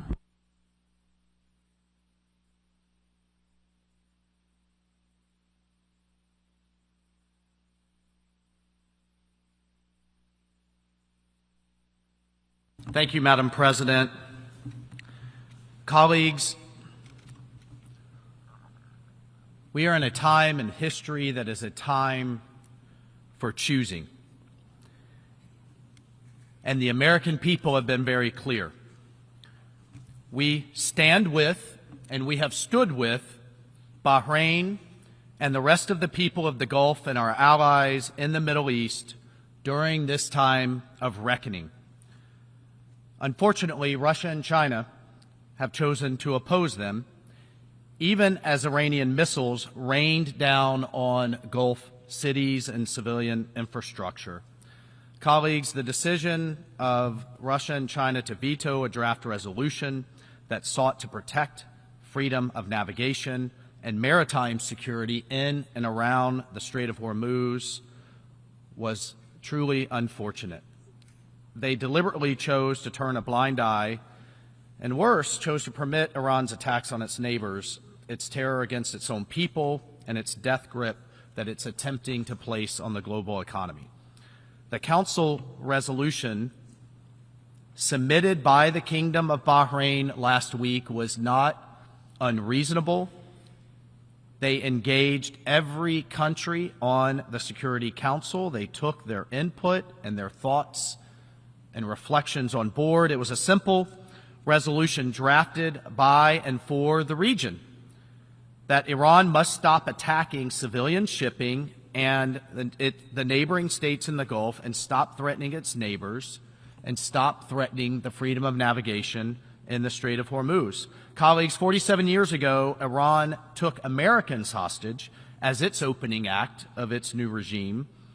This year, it's tried to take each of your economies hostage. We are talking about a regime that the Secretary General's own account recruits child soldiers, uses civilian infrastructures for attacks, and goads its proxies, its terrorist proxies, to use human shields on a regular basis. We are talking about a regime which has contravened dozens and dozens of UN resolutions in the last year alone. We are talking about a regime in Iran that promised no more executions and yet has averaged at least one execution per day of young protesters who simply yearn for freedom and a better life. This was after killing 40,000 of its own people in a weekend. Just weeks ago, the Security Council adopted a resolution with 136 co-sponsors, the most supported resolution in UN history, demanding that Iran cease its attacks and stop obstructing shipping, that Iran stop launching missiles and drones into hotels and ports and resorts and airports and attacking its neighbors in their civilian homes and neighborhoods. Yet instead of respecting the will of the overwhelming majority of this body, including many of you sitting right here, and supporting Bahrain and other GCC members, plus Jordan, Russia has chosen to remain, as it has over the past year, a critical supplier of military equipment to Iran, delivering combat aircraft, helicopters, armored vehicles, and other arms, many of which violate Security Council Resolution 1929, which bans arms transfers to Iran. Iran likewise has supplied Russia with hundreds of attack drones and technology for its use in Ukraine. Meanwhile, China has for years imported over 90% of Iran's illicit oil, and both countries persist in their efforts to obstruct the Security Council's work to implement the sanctions measures that were snapped back into place by an overwhelming vote in the Council last September. The measures required all member states of the United Nations to be implementing an arms embargo against Iran, banning the transfer and trade of missile technology, freezing relevant financial assets, measures designed to address the threat posed by Iran's nuclear, missile, and conventional arms programs. All of these things were snapped back into place, and the world is obligated to enforce those measures. As we've noted before, and as I noted in my opening, the world has a time for choosing. There are certainly better partners than this genocidal regime in Iran. We, the United States, have chosen to stand with our Gulf allies, both in the region and here in this body. Instead, others vetoed this resolution and have chosen to shield the world's leading state sponsor of terrorism. Madam President, colleagues, let me reiterate what I said to the Security Council last week. In the days since this draft resolution was vetoed, as critical shipments have been delayed, as fertilizer has failed to reach countries in Africa and South Asia that need it for planting season, as vulnerable populations have faced food insecurity, it is clear who chose obstruction over responsibility.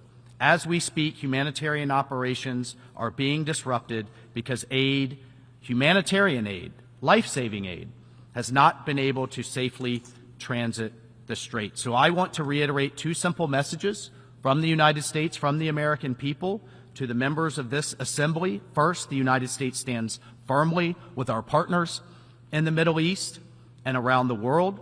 Second, the Strait of Hormuz, as are all straits around the world, the Strait of Gibraltar, the Bering Strait, the Straits of Malacca, as international waterways are too vital to be choked, to be mined, to be weaponized, and held hostage by the likes of the Iranian regime. Nevertheless, even in the face of Iran's attempted extortion and obstruction, we will continue to work so that food aid, fertilizer, energy, commercial goods can flow once again through this vital waterway, free from attack, threats, mining, or extortion. And let me be clear, the United States will continue to act with partners whenever possible to ensure that outcome so that the world is ultimately safer, stronger, and more prosperous. I thank you, Madam President.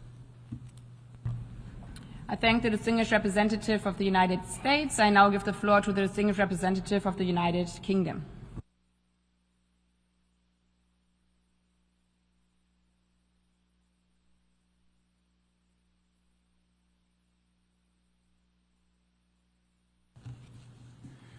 Thank you, Madam President. The United Kingdom was grateful to Bahrain for its leadership in bringing forward this draft resolution and for its constructive, good faith efforts to build consensus across the Council on an issue of critical importance to international peace and security. We regret that the draft resolution was vetoed. Madam President, navigational rights and freedoms are a cornerstone of the global economy. Attacks on international shipping in the Gulf have been deeply damaging for the world, blocking vital exports of fertilizer, liquefied natural gas, and jet fuel, with economic and humanitarian consequences for communities the world over. Iran does not have the right to unlawfully impede transit passage through the Strait of Hormuz. We call for full respect for fundamental navigational rights and freedoms as enshrined in the UN Convention on the Law of the Sea and customary international law. We reiterate our condemnation of Iran's reckless attacks against the region. We remain profoundly concerned by Iran's continued destabilizing activities, including threats to maritime security and actions that risk further escalation in an already fragile region. Our priority remains supporting regional stability and a lasting end to this conflict. We welcome the ceasefire and the talks between the US and Iran. We will continue to work with all partners to encourage a lasting and sustainable resolution to the conflict and the full, immediate and unconditional reopening of the Strait of Hormuz, including the rejection of tolls on vessels which seek to pass through. The United Kingdom has already convened more than 40 countries who share our aim to restore navigational rights and freedoms. Tomorrow, the UK and France will co-host a leader-level summit to advance a coordinated, independent, multinational plan to safeguard international shipping when the conflict ends. Russia and China's vetoes do not diminish the importance of this issue, nor our collective responsibility to address it. We will continue to work in the Security Council and beyond to support long-term stability in the region and the maintenance of international peace and security. And I thank you. I thank the distinguished representative of the United Kingdom. I now give the floor to the distinguished representative of Portugal, followed by Switzerland and Czechia.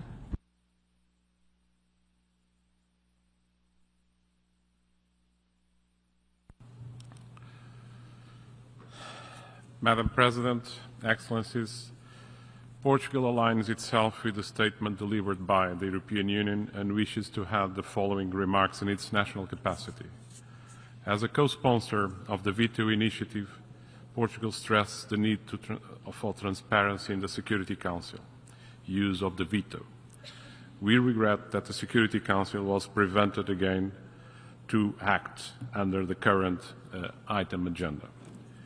Now, for the 14th time in less than 3 years, preventing collective action. These are the first vetoes of the year, yet the veto has been used 24 times since the initiative was adopted by consensus 4 years ago. This trend erodes the Council's credibility and undermines the ability of the United Nations to act. We therefore reaffirm our strong support for the General Assembly as a forum not only for constructive scrutiny, but also for engagement and action for the wider international community when the Council is paralyzed, thereby strengthening the legitimacy of multilateralism and of the UN itself. In the present context, Portugal urges all the relevant parties in this crisis to uphold international law, including international humanitarian law and freedom of navigation.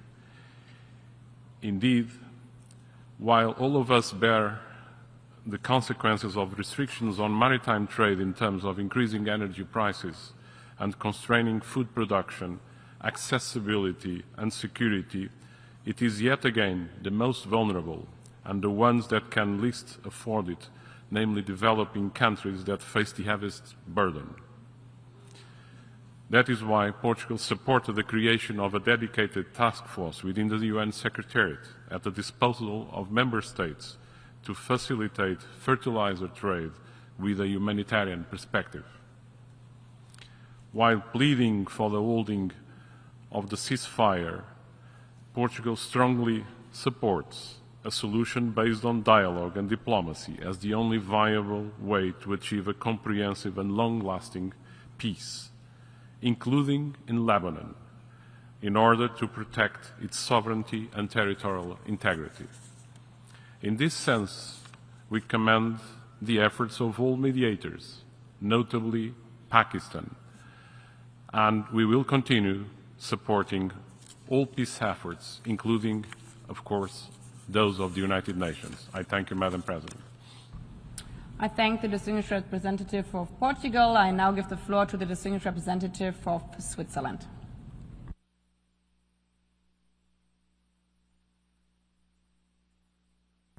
Madame la Présidente. Madam President, I would like to start by expressing a deep concern on the part of Switzerland regarding the regional situation in the Middle and the Near East. We express our solidarity with all victims and emphasize that any use of force inconsistent with the United Nations Charter is unacceptable. An illegal attack cannot justify a response that would itself violate international law. Switzerland therefore strongly condemns attacks against the civilian population, against essential services and civilian infrastructure. Such attacks are prohibited under international law, international humanitarian law, and all parties to the conflict are required to uphold this law everywhere and under all circumstances. In this regard, we condemn the recent attacks affecting several countries in the region, including Gulf states, targeting essential civilian infrastructure, notably ports and maritime traffic. Water, energy, and fuel supply infrastructure, along with healthcare facilities, have been damaged or destroyed. And here I would like to express our deep solidarity with those countries. This trend to target civilian populations is not limited to the Middle East, but whether in the Middle East, Near East, or elsewhere, the civilian population must be protected. This conflict and the disruption of navigation in the Strait of Hormuz that it causes also have significant repercussions on the humanitarian situation, on supply chains, on energy security, and international trade that extend far beyond the region. We reiterate that the principle of freedom of navigation in international straits is enshrined in customary international law as well as in the United Nations Convention on the Law of the Sea, and is binding on all states. Switzerland reaffirms the primacy of the peaceful settlement of disputes. We welcome, therefore, the agreed ceasefire and encourage the continuation of constructive dialogue with a view to reaching a lasting agreement. De-escalation and a permanent ceasefire for the entire region remain imperative. Madam President, the member states of the United Nations have entrusted the Security Council with the primary responsibility for maintaining international peace and security. And in discharging these duties, the Security Council must act in accordance with the purposes and principles of the United Nations. And this responsibility calls for a unified response. The veto is not intended to be a right to obstruct, but a responsibility for final decision-making exercised in the name of international peace and within the framework of shared responsibility. In this context, Switzerland always regrets the exercise of the veto. We reiterate that negotiations within the Council must be conducted in good faith and oriented towards common objectives in accordance with the principles of the UN Charter. We call on all Council members to demonstrate the political will that is needed for the Council to fulfill its mandate and to work towards a return to diplomacy. And if the Council cannot discharge its responsibility, it is up to this General Assembly to consider the situation and, if need be, to act. I thank you. I thank the distinguished representative of Switzerland. I now give the floor to the distinguished representative of Czechia, followed by Canada and Germany.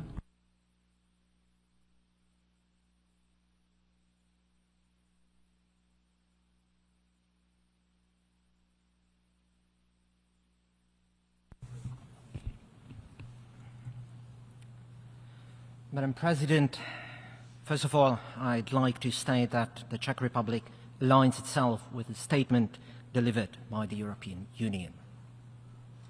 Madam President, the Czech Republic welcomes this opportunity to discuss the recent use of the veto in the Security Council.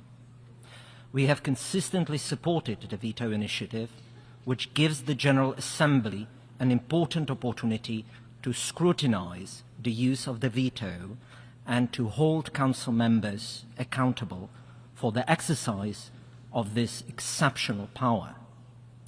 Such a prerogative must never be beyond political and moral scrutiny. This is precisely why we are here today. On the 7th of April, the Security Council failed to respond to a serious threat to regional stability and international maritime commerce. Not one, but 2 vetoes were cast.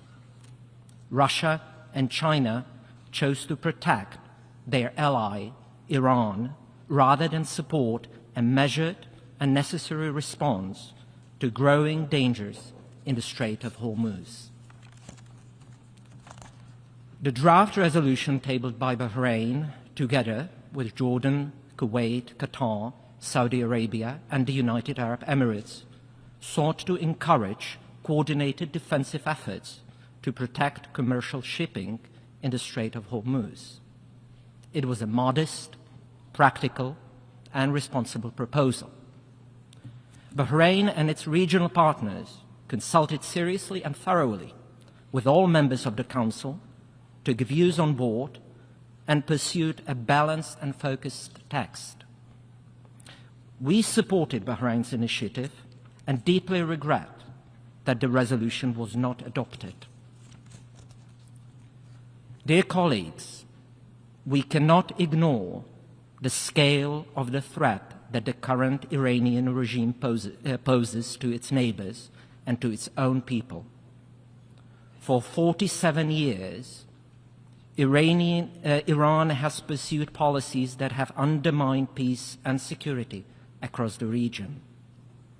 It has armed terrorist proxies, targeted civilians, threatened its neighbors, breached nuclear commitments, disrupted shipping lanes, and destabilized governments. At the same time, we all want to see tensions in the Strait of Hormuz de-escalate. We therefore welcome the diplomatic efforts currently underway and stress the importance of full respect for international law, including the law of the sea as reflected in the United Nations Convention on the Law of the Sea.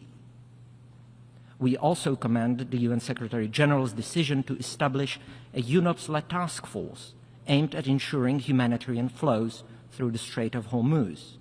This is vital to mitigating risks to global food security and ultimately to protecting the most vulnerable. Madam President, the veto power is an extraordinary responsibility. On the 7th of April, however, we witnessed not restraint, but its reckless misuse. It did nothing to advance the Council's core mission of maintaining international peace and security. Instead, it deepened instability and uncertainty in the region and beyond. I thank you. I thank the distinguished representative of Czechia. I now give the floor to the distinguished representative of Canada.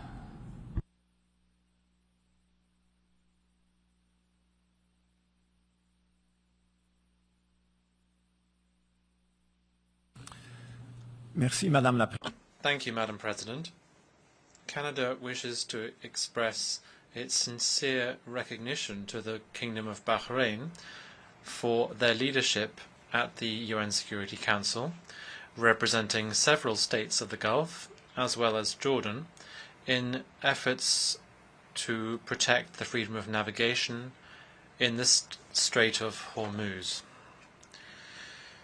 Canada was happy to be one of the 136 co-sponsors of Resolution 2817 of the Security Council, which condemns Iran's attacks on states of the Gulf and Jordan, calls for a cessation of hostilities, and reaffirms support to sovereignty, to the protection of civilians, and to freedom of navigation in the Strait of Hormuz.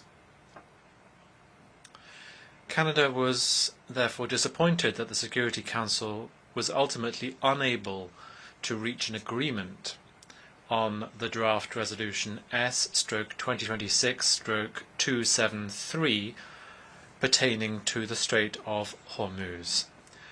This outcome is not in sync with Canada's expectations vis-à-vis the Council's duty to act decisively given imminent threats to international peace and security, pursuant to the mandate provided to it by the United Nations Charter.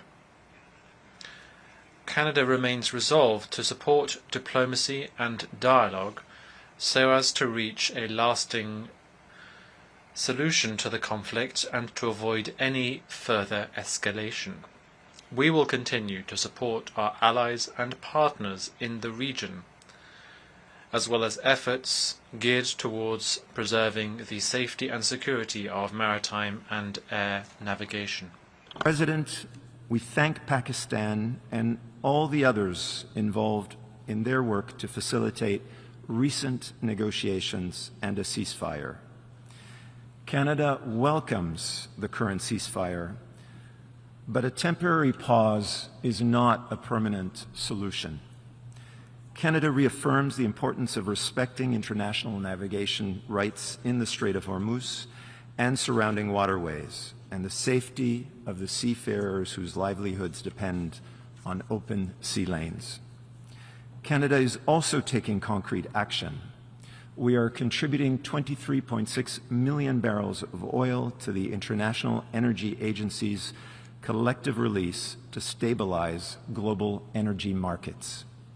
Looking ahead, Canada is prepared to play its part in the design of an international approach to de-escalate tensions and to provide guarantees of safe passage for this essential and strategic corridor. Canada will continue to support efforts to build the broadest possible international consensus, including through the General Assembly, to uphold respect for international navigation rights as well as international law. I thank you. I thank the distinguished representative of Canada. I now give the floor to the distinguished representative of Germany, followed by Italy and Malaysia.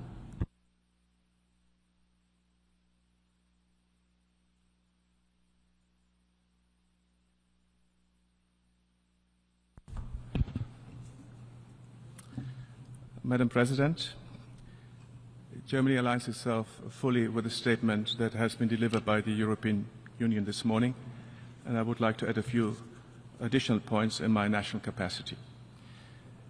Germany deplores that the draft resolution that was submitted by Bahrain was not adopted due to vetoes of 2 permanent members of the Security Council. The resolution would have been an important contribution for ensuring freedom of navigation and maritime security in the Strait of Hormuz.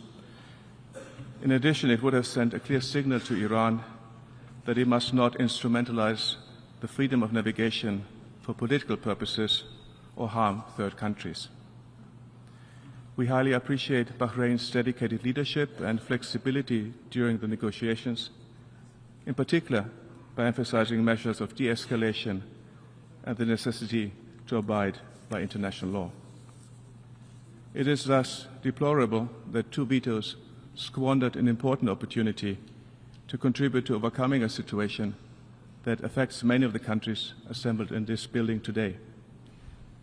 And I want to be clear, Iran's attacks against countries of the Gulf Cooperation Council and other countries in the region are unjustified, and they are unlawful. And the targeting of civilian infrastructure is particularly unacceptable. Iranian attacks in the Strait of Hormuz and the Persian Gulf constitute a violation of international law as reflected in the United Nations Convention on the Law of the Sea. These violations of the freedom of navigation affect trade, they threaten economies, supply chains, as well as energy and food security around the globe, and ultimately they particularly hurt the most vulnerable amongst us. Madam President, Germany remains convinced that only a political solution can bring lasting peace to the region. We welcome the direct talks between the United States and Iran that started in Islamabad, and we thank Pakistan for its mediation efforts. Germany remains ready to work towards a comprehensive political solution. Iran must never acquire a nuclear weapon. It must respect its obligations under the NPT and its comprehensive safeguard agreement with the IAEA. And Iran must urgently ensure maritime security, freedom of navigation, and the free, safe, and toll-free passage in the Strait of Hormuz and adjacent seas in line with its obligations under international law. The Security Council must not be paralyzed when regional stability and international peace and security are at stake. For our part, Germany, we will continue to support diplomacy, de-escalation, and a negotiated solution. I thank you. I thank the distinguished representative of Germany. I now give the floor to the distinguished representative of Italy.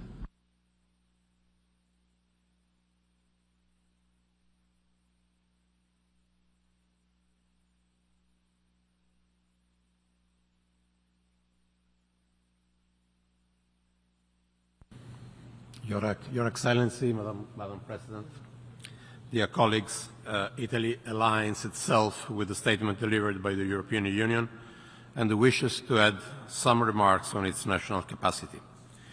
Italy thanks Pakistan and the other regional partners for their efforts to facilitate talks on the situation in the Gulf region. There is no alternative to dialogue. We always said that diplomacy is the only way, and we hope new talks will take place soon towards a substantive negotiated settlement and that the ceasefire is respected, including in Lebanon. Deputy Prime Minister and the Minister of Foreign Affairs of Italy, Antonio Tajani, visited Beirut on Monday to express solidarity and support to President Aoun and Lebanese institutions at this critical time. We must avoid other civilian casualties and encourage dialogue. In this regard, we welcome the announcement a few minutes ago of a ceasefire in Lebanon and hope all parties will uphold it. Italy is very worried for the situation in the Strait of Hormuz. What happened has serious consequences for the global economy and for food security in the most fragile countries. When the environment will be conducive, we are in favor of appropriate efforts to contribute to ensuring freedom of navigation in the Strait of Hormuz. Italy is also very concerned for the impact on relations between Iran and the other Gulf countries. It is crucial to rebuild trust. Italy is always ready to do its part for peace and stability, and to this end, we remain in close contact with all partners involved. Thank you.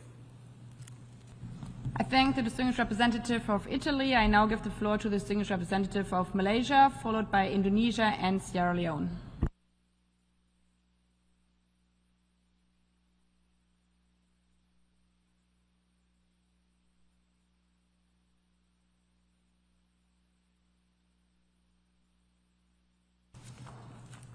Thank you, Madam President. Malaysia aligns itself with the statement delivered by the Philippines on behalf of ASEAN. Malaysia is deeply concerned over the recent escalation of military actions and retaliatory strikes across the Middle East. These developments threaten regional stability and run counter to the principles of sovereignty, territorial integrity, and the prohibition on the use of force under the UN Charter. We call on all parties to exercise maximum restraint and hostilities and avoid any further escalation. We acknowledge the restraint shown by member states of the Gulf Cooperation Council. Such restraint is critical to ongoing efforts toward de-escalation of tensions. Malaysia further stresses that responses to the conflict must be even-handed and avoid selective attribution of responsibility. Peace cannot be built on double standard. It can only be built on fairness, consistency, and respect for international law. Above all, the root causes of this conflict must be addressed. Without this, we will only continue to manage symptoms while the crisis deepens beneath the surface. Madam President, Malaysia is also deeply disturbed by the continued military attacks by Israel on Lebanon. These actions constitute serious violations of international law and directly undermine sovereignty as well as the territorial integrity of Lebanon. We condemn the attacks on UNIFIL peacekeepers in southern Lebanon, which have caused death and injuries, as well as damages to UNIFIL assets. These are not just attacks on a mission, but on the very principles of peacekeeping and the UN itself. Those responsible for the attacks must be held accountable. In this challenging time, however, we see a window for diplomacy. Malaysia welcomes the temporary ceasefire paving the way for negotiations between the United States and the Islamic Republic of Iran. This pause creates space for dialogue and mediation toward a more lasting solution. We also take note of emerging proposals that could serve as a basis of engagement.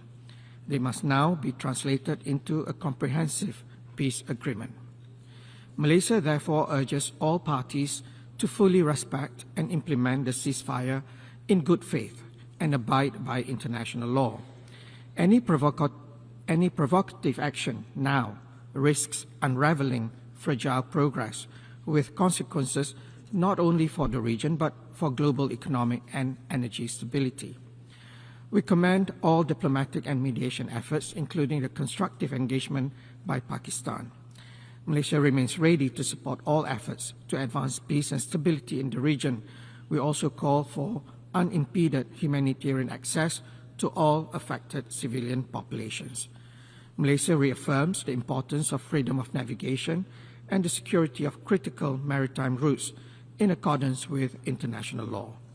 Madam President, the situation once again exposes a troubling reality. The Security Council is not functioning as it should in the face of crisis. Whether in Gaza, Lebanon, or the wider Middle East, the Council has too often been unable to act decisively when it is most needed. This debate under General Assembly Resolution 76/262, or the Veto Initiative, provides an important platform for member states to deliberate on matters affecting international peace and security and to uphold the principles of transparency and accountability. Malaysia therefore reiterates its long-standing call for reform of the veto with a view to its eventual abolition. A reformed, expanded, and more representative Security Council would be better equipped to discharge its responsibilities under the Charter effectively and credibly. To conclude, Madam President, Malaysia urges all parties to return to the most basic principles that bind us as a global community: respect for international law, the UN Charter, international humanitarian law, and the protection of civilians above all. Thank you. I thank the distinguished representative of Malaysia. I now give the floor to the distinguished representative of Indonesia.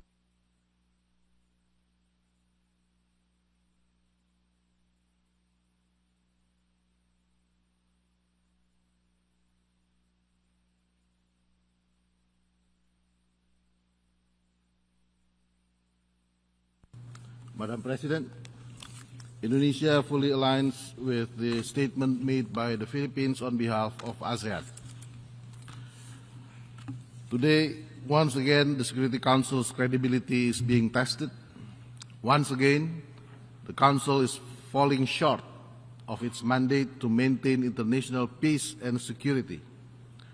Specifically this time, it is about safeguarding strategic maritime corridors that underpin global supply chains and addressing the humanitarian consequences that follow. Madam President, the consequences of this war are felt across the region and beyond. The impact is immediate and severe. Therefore, we encourage and support the Secretary General to establish special mechanism as an interim measure to ensure the flow of traffic for critical commodities such as fertilizer, oil and gas, to mitigate food and energy insecurity in many countries. Madam President, with goods, oil and gas, people also pass through these waters. Seafarers of all nations now face growing risks, with about 20,000 are stranded at sea. We call for all parties to ensure the safety of seafarers and ships in accordance with the International Convention for the Safety of Life at Sea and the relevant standard and recommended practices by the International Maritime Organization. The sea is a global common good. It is in our collective interest to safeguard it, including its regime of transit passage.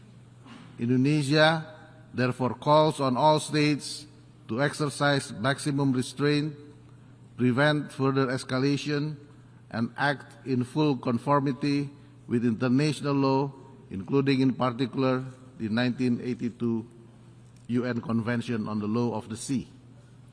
We firmly believe that sustained engagement and credible negotiation remain the only viable path to ending this war.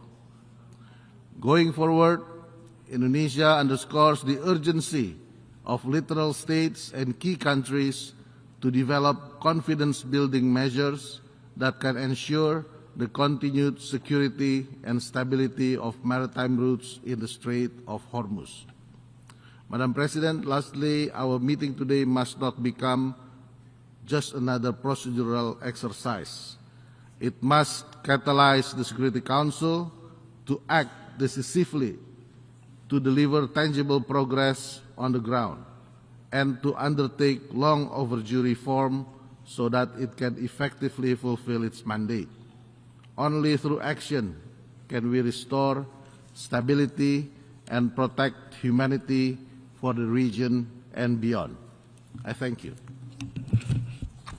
I thank the distinguished representative of Indonesia. I now give the floor to the distinguished representative of the Republic of Korea, followed by Thailand and Sierra Leone.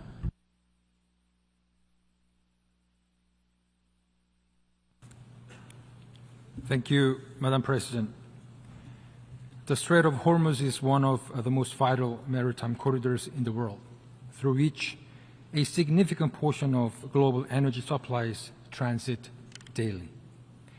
It is also a vital channel for exports of fertilizer from the Middle East, as about 1/3 of the world's fertilizer trade normally passes through this strait. Therefore, any disruptions to its safety and security carries profound implications, not only for the region, but also for the stability of our interconnected global economy and society, as we witnessed recently. Against this perilous backdrop, my delegation notes with regret that the members of the Security Council fail to bridge their differences on this issue despite the urgency and importance of the situation.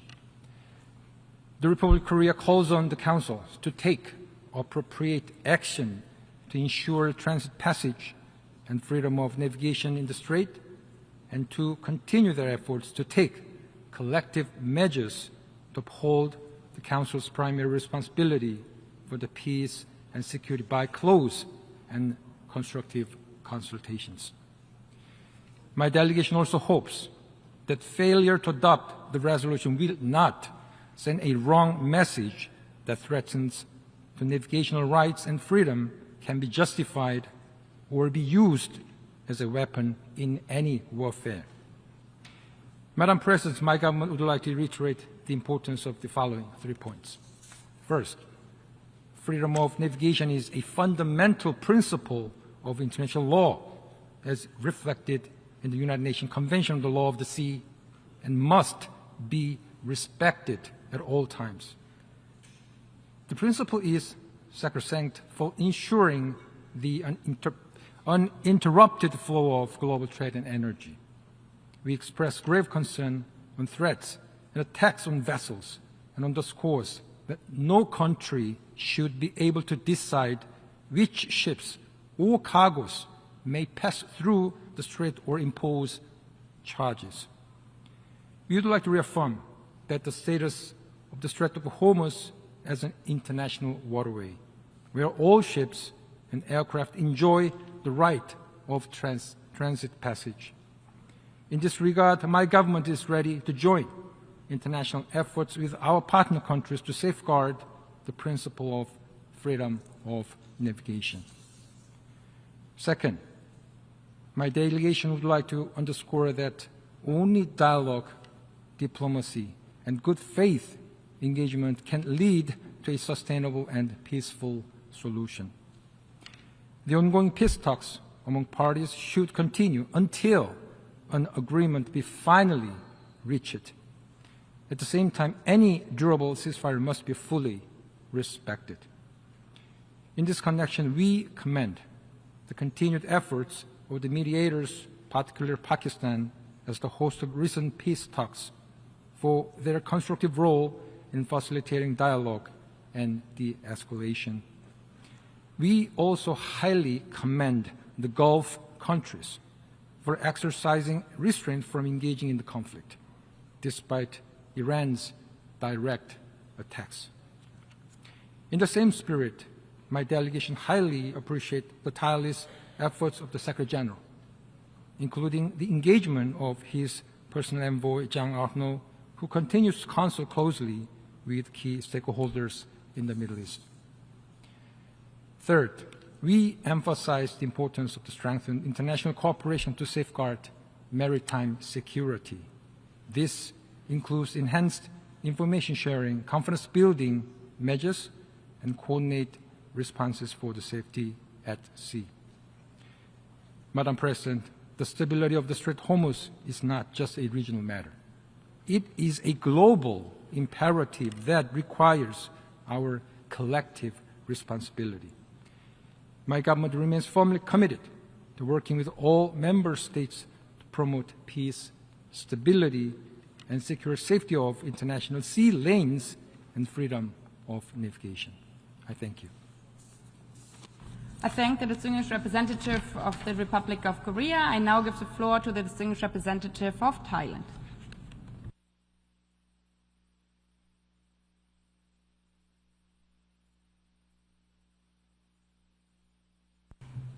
I wish to thank Madam President for convening this meeting on such an urgent and extremely important matter. Thailand fully aligns itself with the ASEAN statement delivered by the Philippines and would like to make the following statement in our national capacity. Madam President, we share the profound concern of the international community over the situation in the Middle East. A prolonged conflict, while inflicting immense suffering on innocent civilians on the ground, carries serious and far-reaching repercussions, not only for regional stability, but also for global security, energy markets, and the world economy. Disruptions in the Strait of Hormuz directly threaten critical global energy supply chains and disproportionately affect energy importing countries, including, of course, Thailand. While not a party to the conflict, Thailand is directly affected by its consequences. A Thai-flagged commercial vessel was struck in the Strait of Hormuz, with 23 Thai crew members badly affected, while other vessels remain stranded. We therefore call on all parties to respect freedom of navigation and the right of safe transit passage in accordance with international law, including, in particular, the 1982 UNCLOS. The safety and security of civilians and seafarers must remain a priority. We also underscore the obligations of all parties to protect civilians and civilian infrastructure in full compliance with international humanitarian law. Madam President, Thailand welcomes the 2-week ceasefire between the United States and the Islamic Republic of Iran. We commend the mediation efforts of the Islamic Republic of Pakistan and all parties involved. It is a positive step, yet it remains extremely fragile. Without full and effective implementation of the ceasefire and sustained dialogue in good faith, peace will remain elusive and civilian suffering will, of course, persist. In closing, Thailand calls on all parties to respect principles of international law, including the Charter of the United Nations, exercise the utmost restraint, immediately escalate tensions, and return to dialogue, diplomacy, and negotiations towards a comprehensive and lasting resolution. I thank you for your kind attention. I thank the distinguished representative of Thailand. I now give the floor to the distinguished representative of Sierra Leone, followed by South Africa and Pakistan.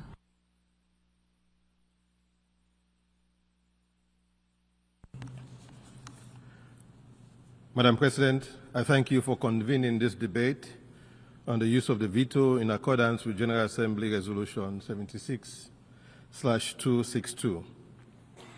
On 28 February, our world was confronted with yet another instance of the use of force not in conformity with the Charter of the United Nations and international law. The subsequent developments have not only undermined the Charter's prohibition on the use of force and the parameters governing the exercise of the inherent right of self-defense, but have also raised serious concerns regarding compliance with international humanitarian law in the conduct of hostilities. In response to this development, the Security Council has considered the ongoing hostilities in the Middle East and led to the adoption of Resolution 2817, which Sierra Leone co-sponsored. Subsequently, on 7 April 2026, the Council also considered a draft resolution under the agenda item, the situation in the Middle East, proposed by Bahrain and the Gulf Cooperation Council. 11 Council members voted in favor, while 2 permanent members cast negative votes and 2 members abstained. As a result, the draft resolution was not adopted, and we have taken note of the explanations of vote delivered by those member states that cast non-concurring votes. While we regret that the text was not adopted, particularly given the aim of halting attacks and threats against merchant and commercial vessels in and around the Strait of Hormuz.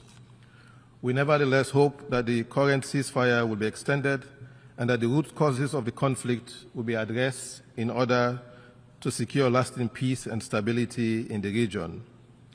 We therefore commend Pakistan for their continued mediation effort, and we also commend the efforts of the UN Secretary General and relevant UN agencies. Madam President, the debate provides Member States with an important opportunity to reflect on the impact of the veto on the functioning, credibility, and effectiveness of the Security Council in discharging its mandate. It also compels us to consider the real consequences of Council's paralysis on the lives and livelihoods of people affected by the conflict directly and indirectly.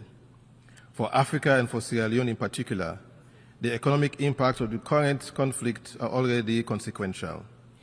The conflict has triggered a trade shock and is rapidly evolving into a cost of living crisis, driven by higher fuel and food prices, rising shipping and insurance costs, exchange rate pressures, and tighter fiscal conditions.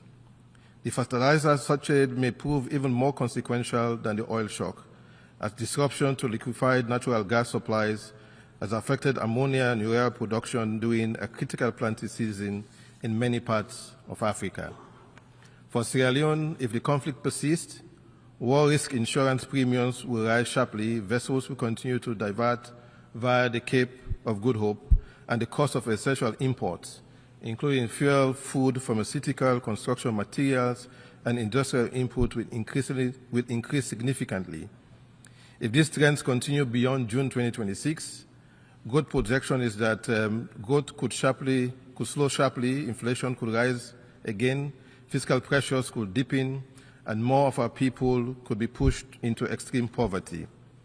In light of the foregoing, Sierra Leone calls on the involved parties to exercise maximum restraint and to pursue dialogue and the peaceful settlement of dispute in accordance with Article 33 of the Charter of the United Nations.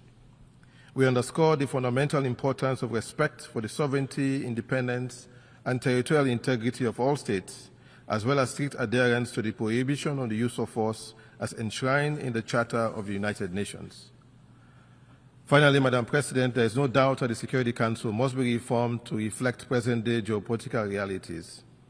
The question of the veto remains one of the 5 clusters under our discussions in the intergovernmental negotiations, and it is our sincere hope that as Member States, we will reach agreement to address the structural injustice and the responsible use of the veto, for greater power comes with greater responsibility. I thank you. I thank the distinguished representative of Sierra Leone. I now give the floor to the distinguished representative of South Africa.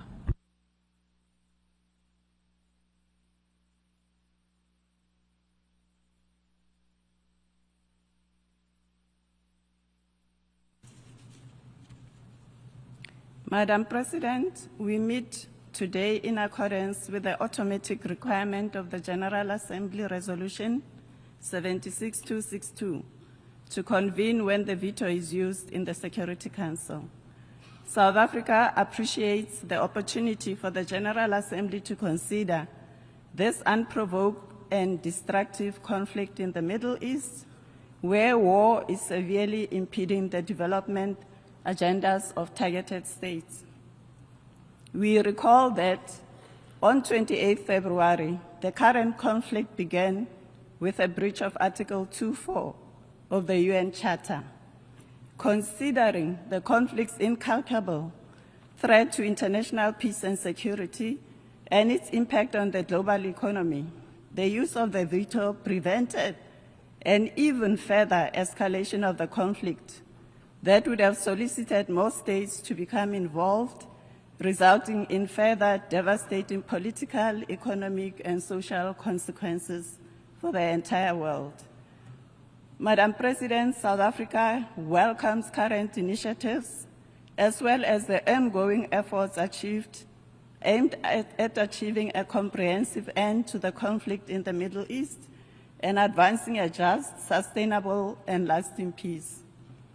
An immediate cessation of all attacks and threats of attack as well as strict compliance for such undertakings is imperative to prevent the future recurrence of such aggressions. Respect for the sovereignty and territorial integrity of the affected countries in the region must be respected by all parties concerned. In accordance with international human rights and international humanitarian law, civilian populations and civilian infrastructure must never be targeted or attacked by any party under any circumstances. South Africa urges all parties to return urgently and in good faith to dialogue and inclusive negotiations, and reaffirms its support for credible, impartial mediation efforts aimed at bringing an end to the conflict and securing a durable and just peace for all the countries in the region. South Africa is equally alarmed by Israel's continued illegal, indiscriminate military operations in Lebanon, which have resulted in civilian casualties, the destruction of essential infrastructure, the displacement of communities, and the death of UN peacekeepers. These attacks constitute a serious breach of Lebanon's sovereignty and territorial integrity, and further destabilizes the region, compounding an already volatile and fragile situation. The killing of peacekeepers deployed by our organization by a fellow member state can never be condoned. South Africa is equally concerned by responses by Iran against several Gulf countries, which can also be considered a violation of the UN Charter. While Iran has the legal and moral right to defend itself against those states that engaged in armed attacks against it, its actions against the Gulf Cooperation Council states should be in accordance with Article 51 of the UN Charter and not violate the sovereignty of the affected states. These attacks against the GCC states heighten the risk of a broader regional conflagration. While we note the adoption of UN Security Council Resolution 2817, which strongly condemns Iran's military attacks on civilians and infrastructure in GCC countries and Jordan, we are disappointed that at the time the Council was unable to call for and guarantee an immediate ceasefire and the commencement of diplomatic efforts towards a peaceful, negotiated settlement. It is the core duty and responsibility of the UN Security Council to ensure peace and the pacific settlement of disputes, and not to decontextualize and escalate a crisis. South Africa believes that the international community has a shared responsibility to uphold the principles of freedom of navigation and to ensure the safe passage of vessels. We urge all parties to work towards a peaceful resolution of the conflict and to respect international law. In this respect, we urge all parties to exercise maximum restraint and to ensure that any actions taken are fully consistent with international law. Related developments pose systemic risks for countries like South Africa that depend on stable international legal regimes and frameworks, including the International Maritime Organization and the UN Convention on the Law of the Sea. The increasing normalization of coercive maritime practices outside multilateral structures could erode global norms that safeguard freedom of navigation. Madam President, the Security Council must take lessons from the ill-conceived use of force in Libya, not respecting the letter and spirit of Resolution 1973. The broad nature of the present failed draft would have been even more unclear on the permissibility of the use of force, thus opening the door for possible abuse or misinterpretation. Madam President, South Africa remains steadfast in its belief that there is no military solution to this crisis. All parties must prioritize de-escalation, avoid further confrontation, and pursue diplomatic negotiations in good faith, preferably through established multilateral mechanisms under the auspices of the United Nations. Despite the commendable attempts by Pakistan to broker peace, the trust deficit as a result of Iran being attacked twice in the midst of negotiations seems insurmountable without sufficient guarantees. South Africa echoes the call of the UN High Commissioner for Human Rights for all states to uphold international human rights and humanitarian law, and to act in a manner consistent with the principles of our shared humanity. We believe that the Strait of Hormuz is a vital international shipping route for goods and energy and should not be blocked by any party to this conflict. South Africa calls for the restoration of normal passage through the strait as the situation is adversely impacting countries around the world. Madam President, the choice of war appears to have become a default despite our collective undertaking consistent with the obligations in the UN Charter not to use war as a means to resolve our differences. We should not ignore rising threats of a further act of aggression against another member state, the island state of Cuba. Illegal acts of aggression against Cuba can only compound the already devastating effects of the decades of old blockade. In conclusion, South Africa reiterates the importance of making real and meaningful progress towards peace rather than contributing towards further divisiveness. We reaffirm our position that the parties to the current conflict should begin to identify areas of common interest in a spirit of compromise and flexibility, rather than continue to go down a path of destruction.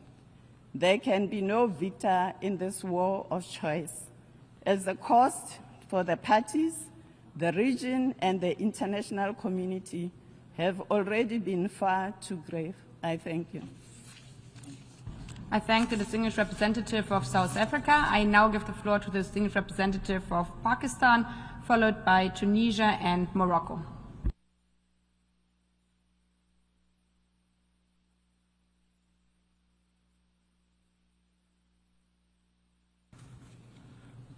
Madam President, Pakistan's clear and unequivocal position on the situation in the Middle East has been expressed in the Security Council and elsewhere.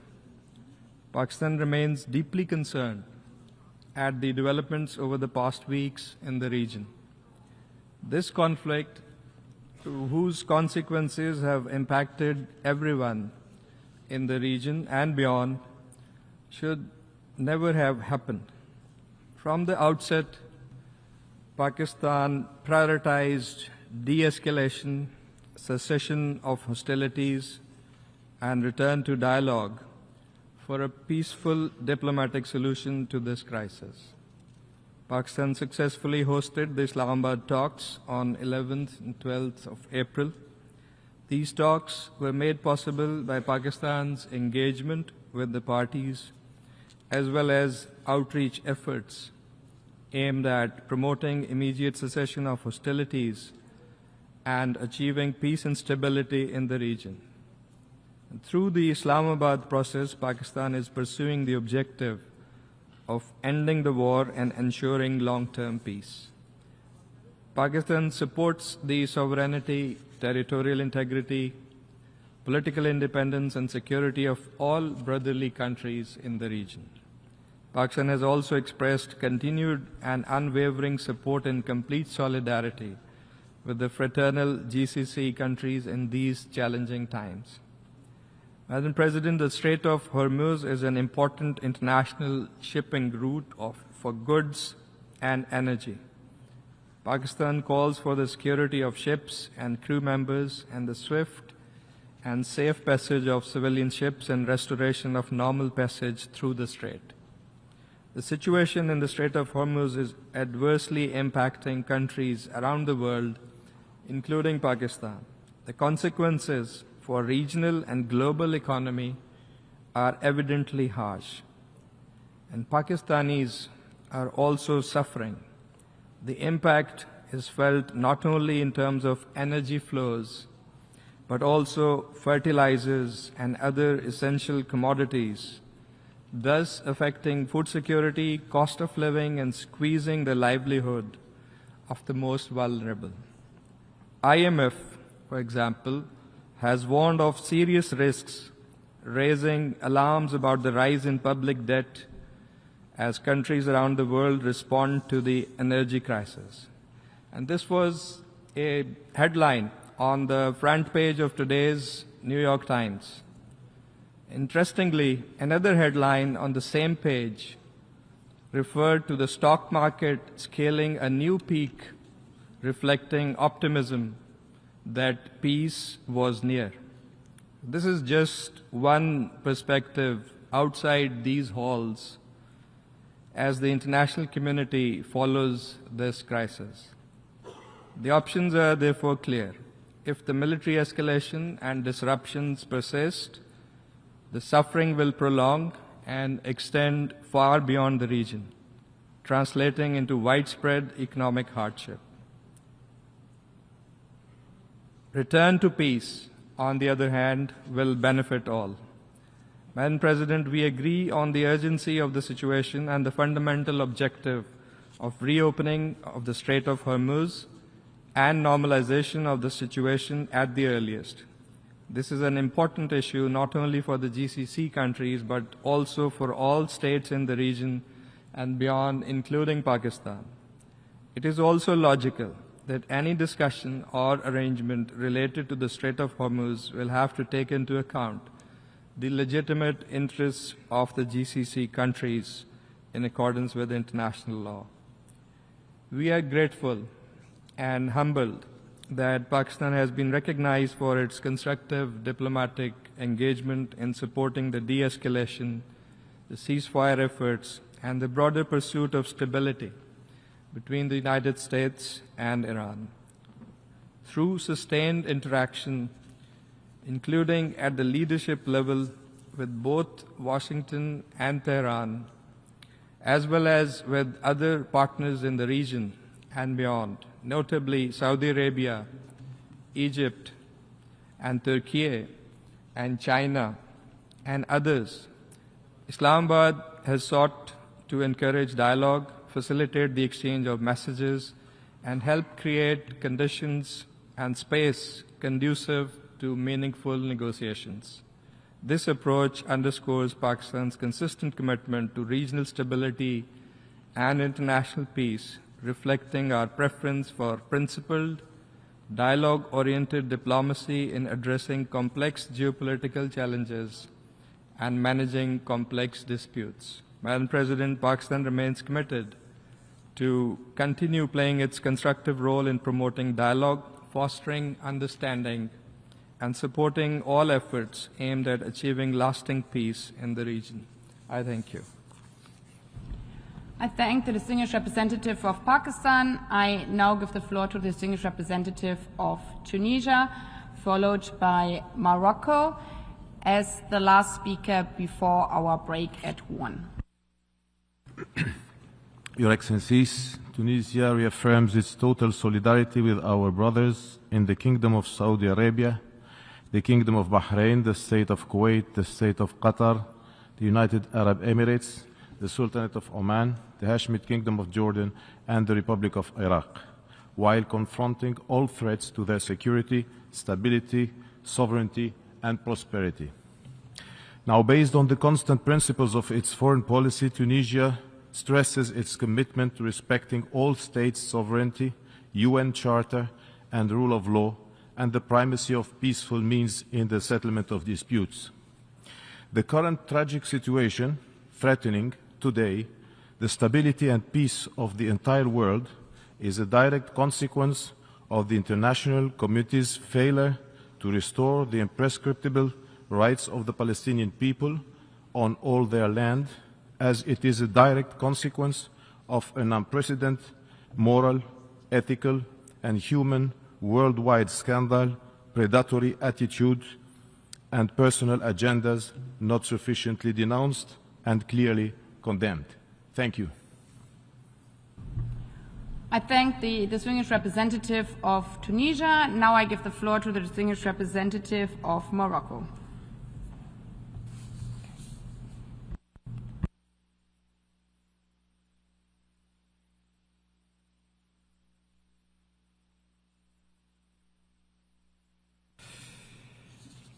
Madame la Présidente.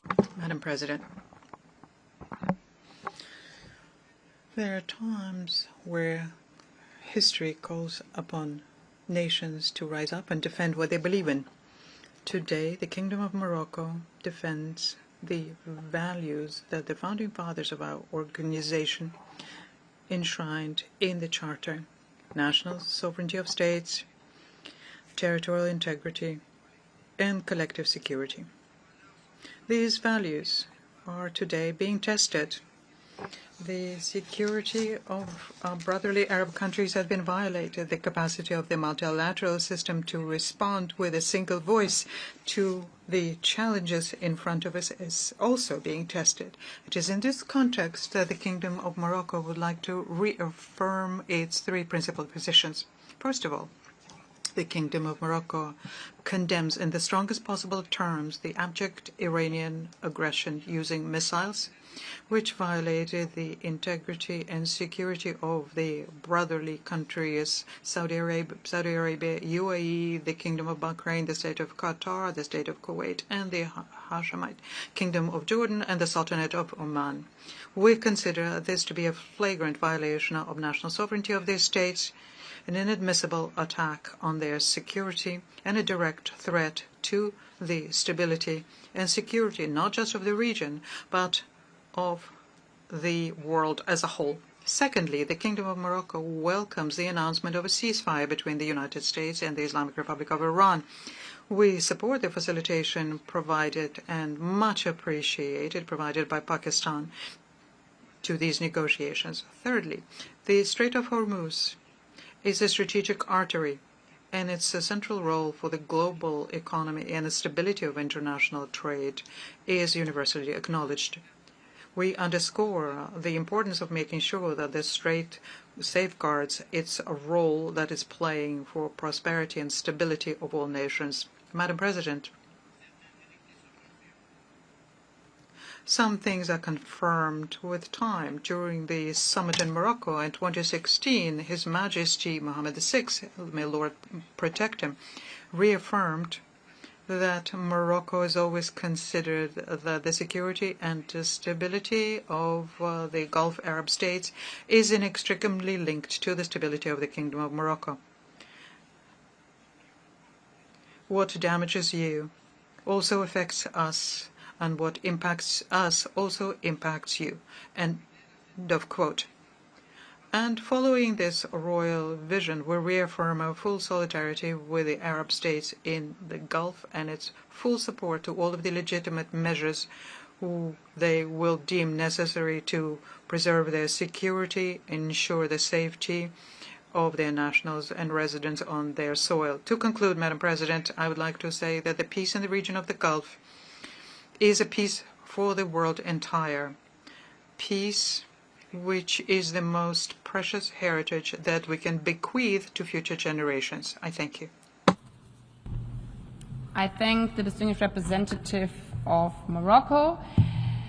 We have heard the last speaker in this debate for this meeting. We shall hear the remaining speakers this afternoon at 3 p.m. in this hall.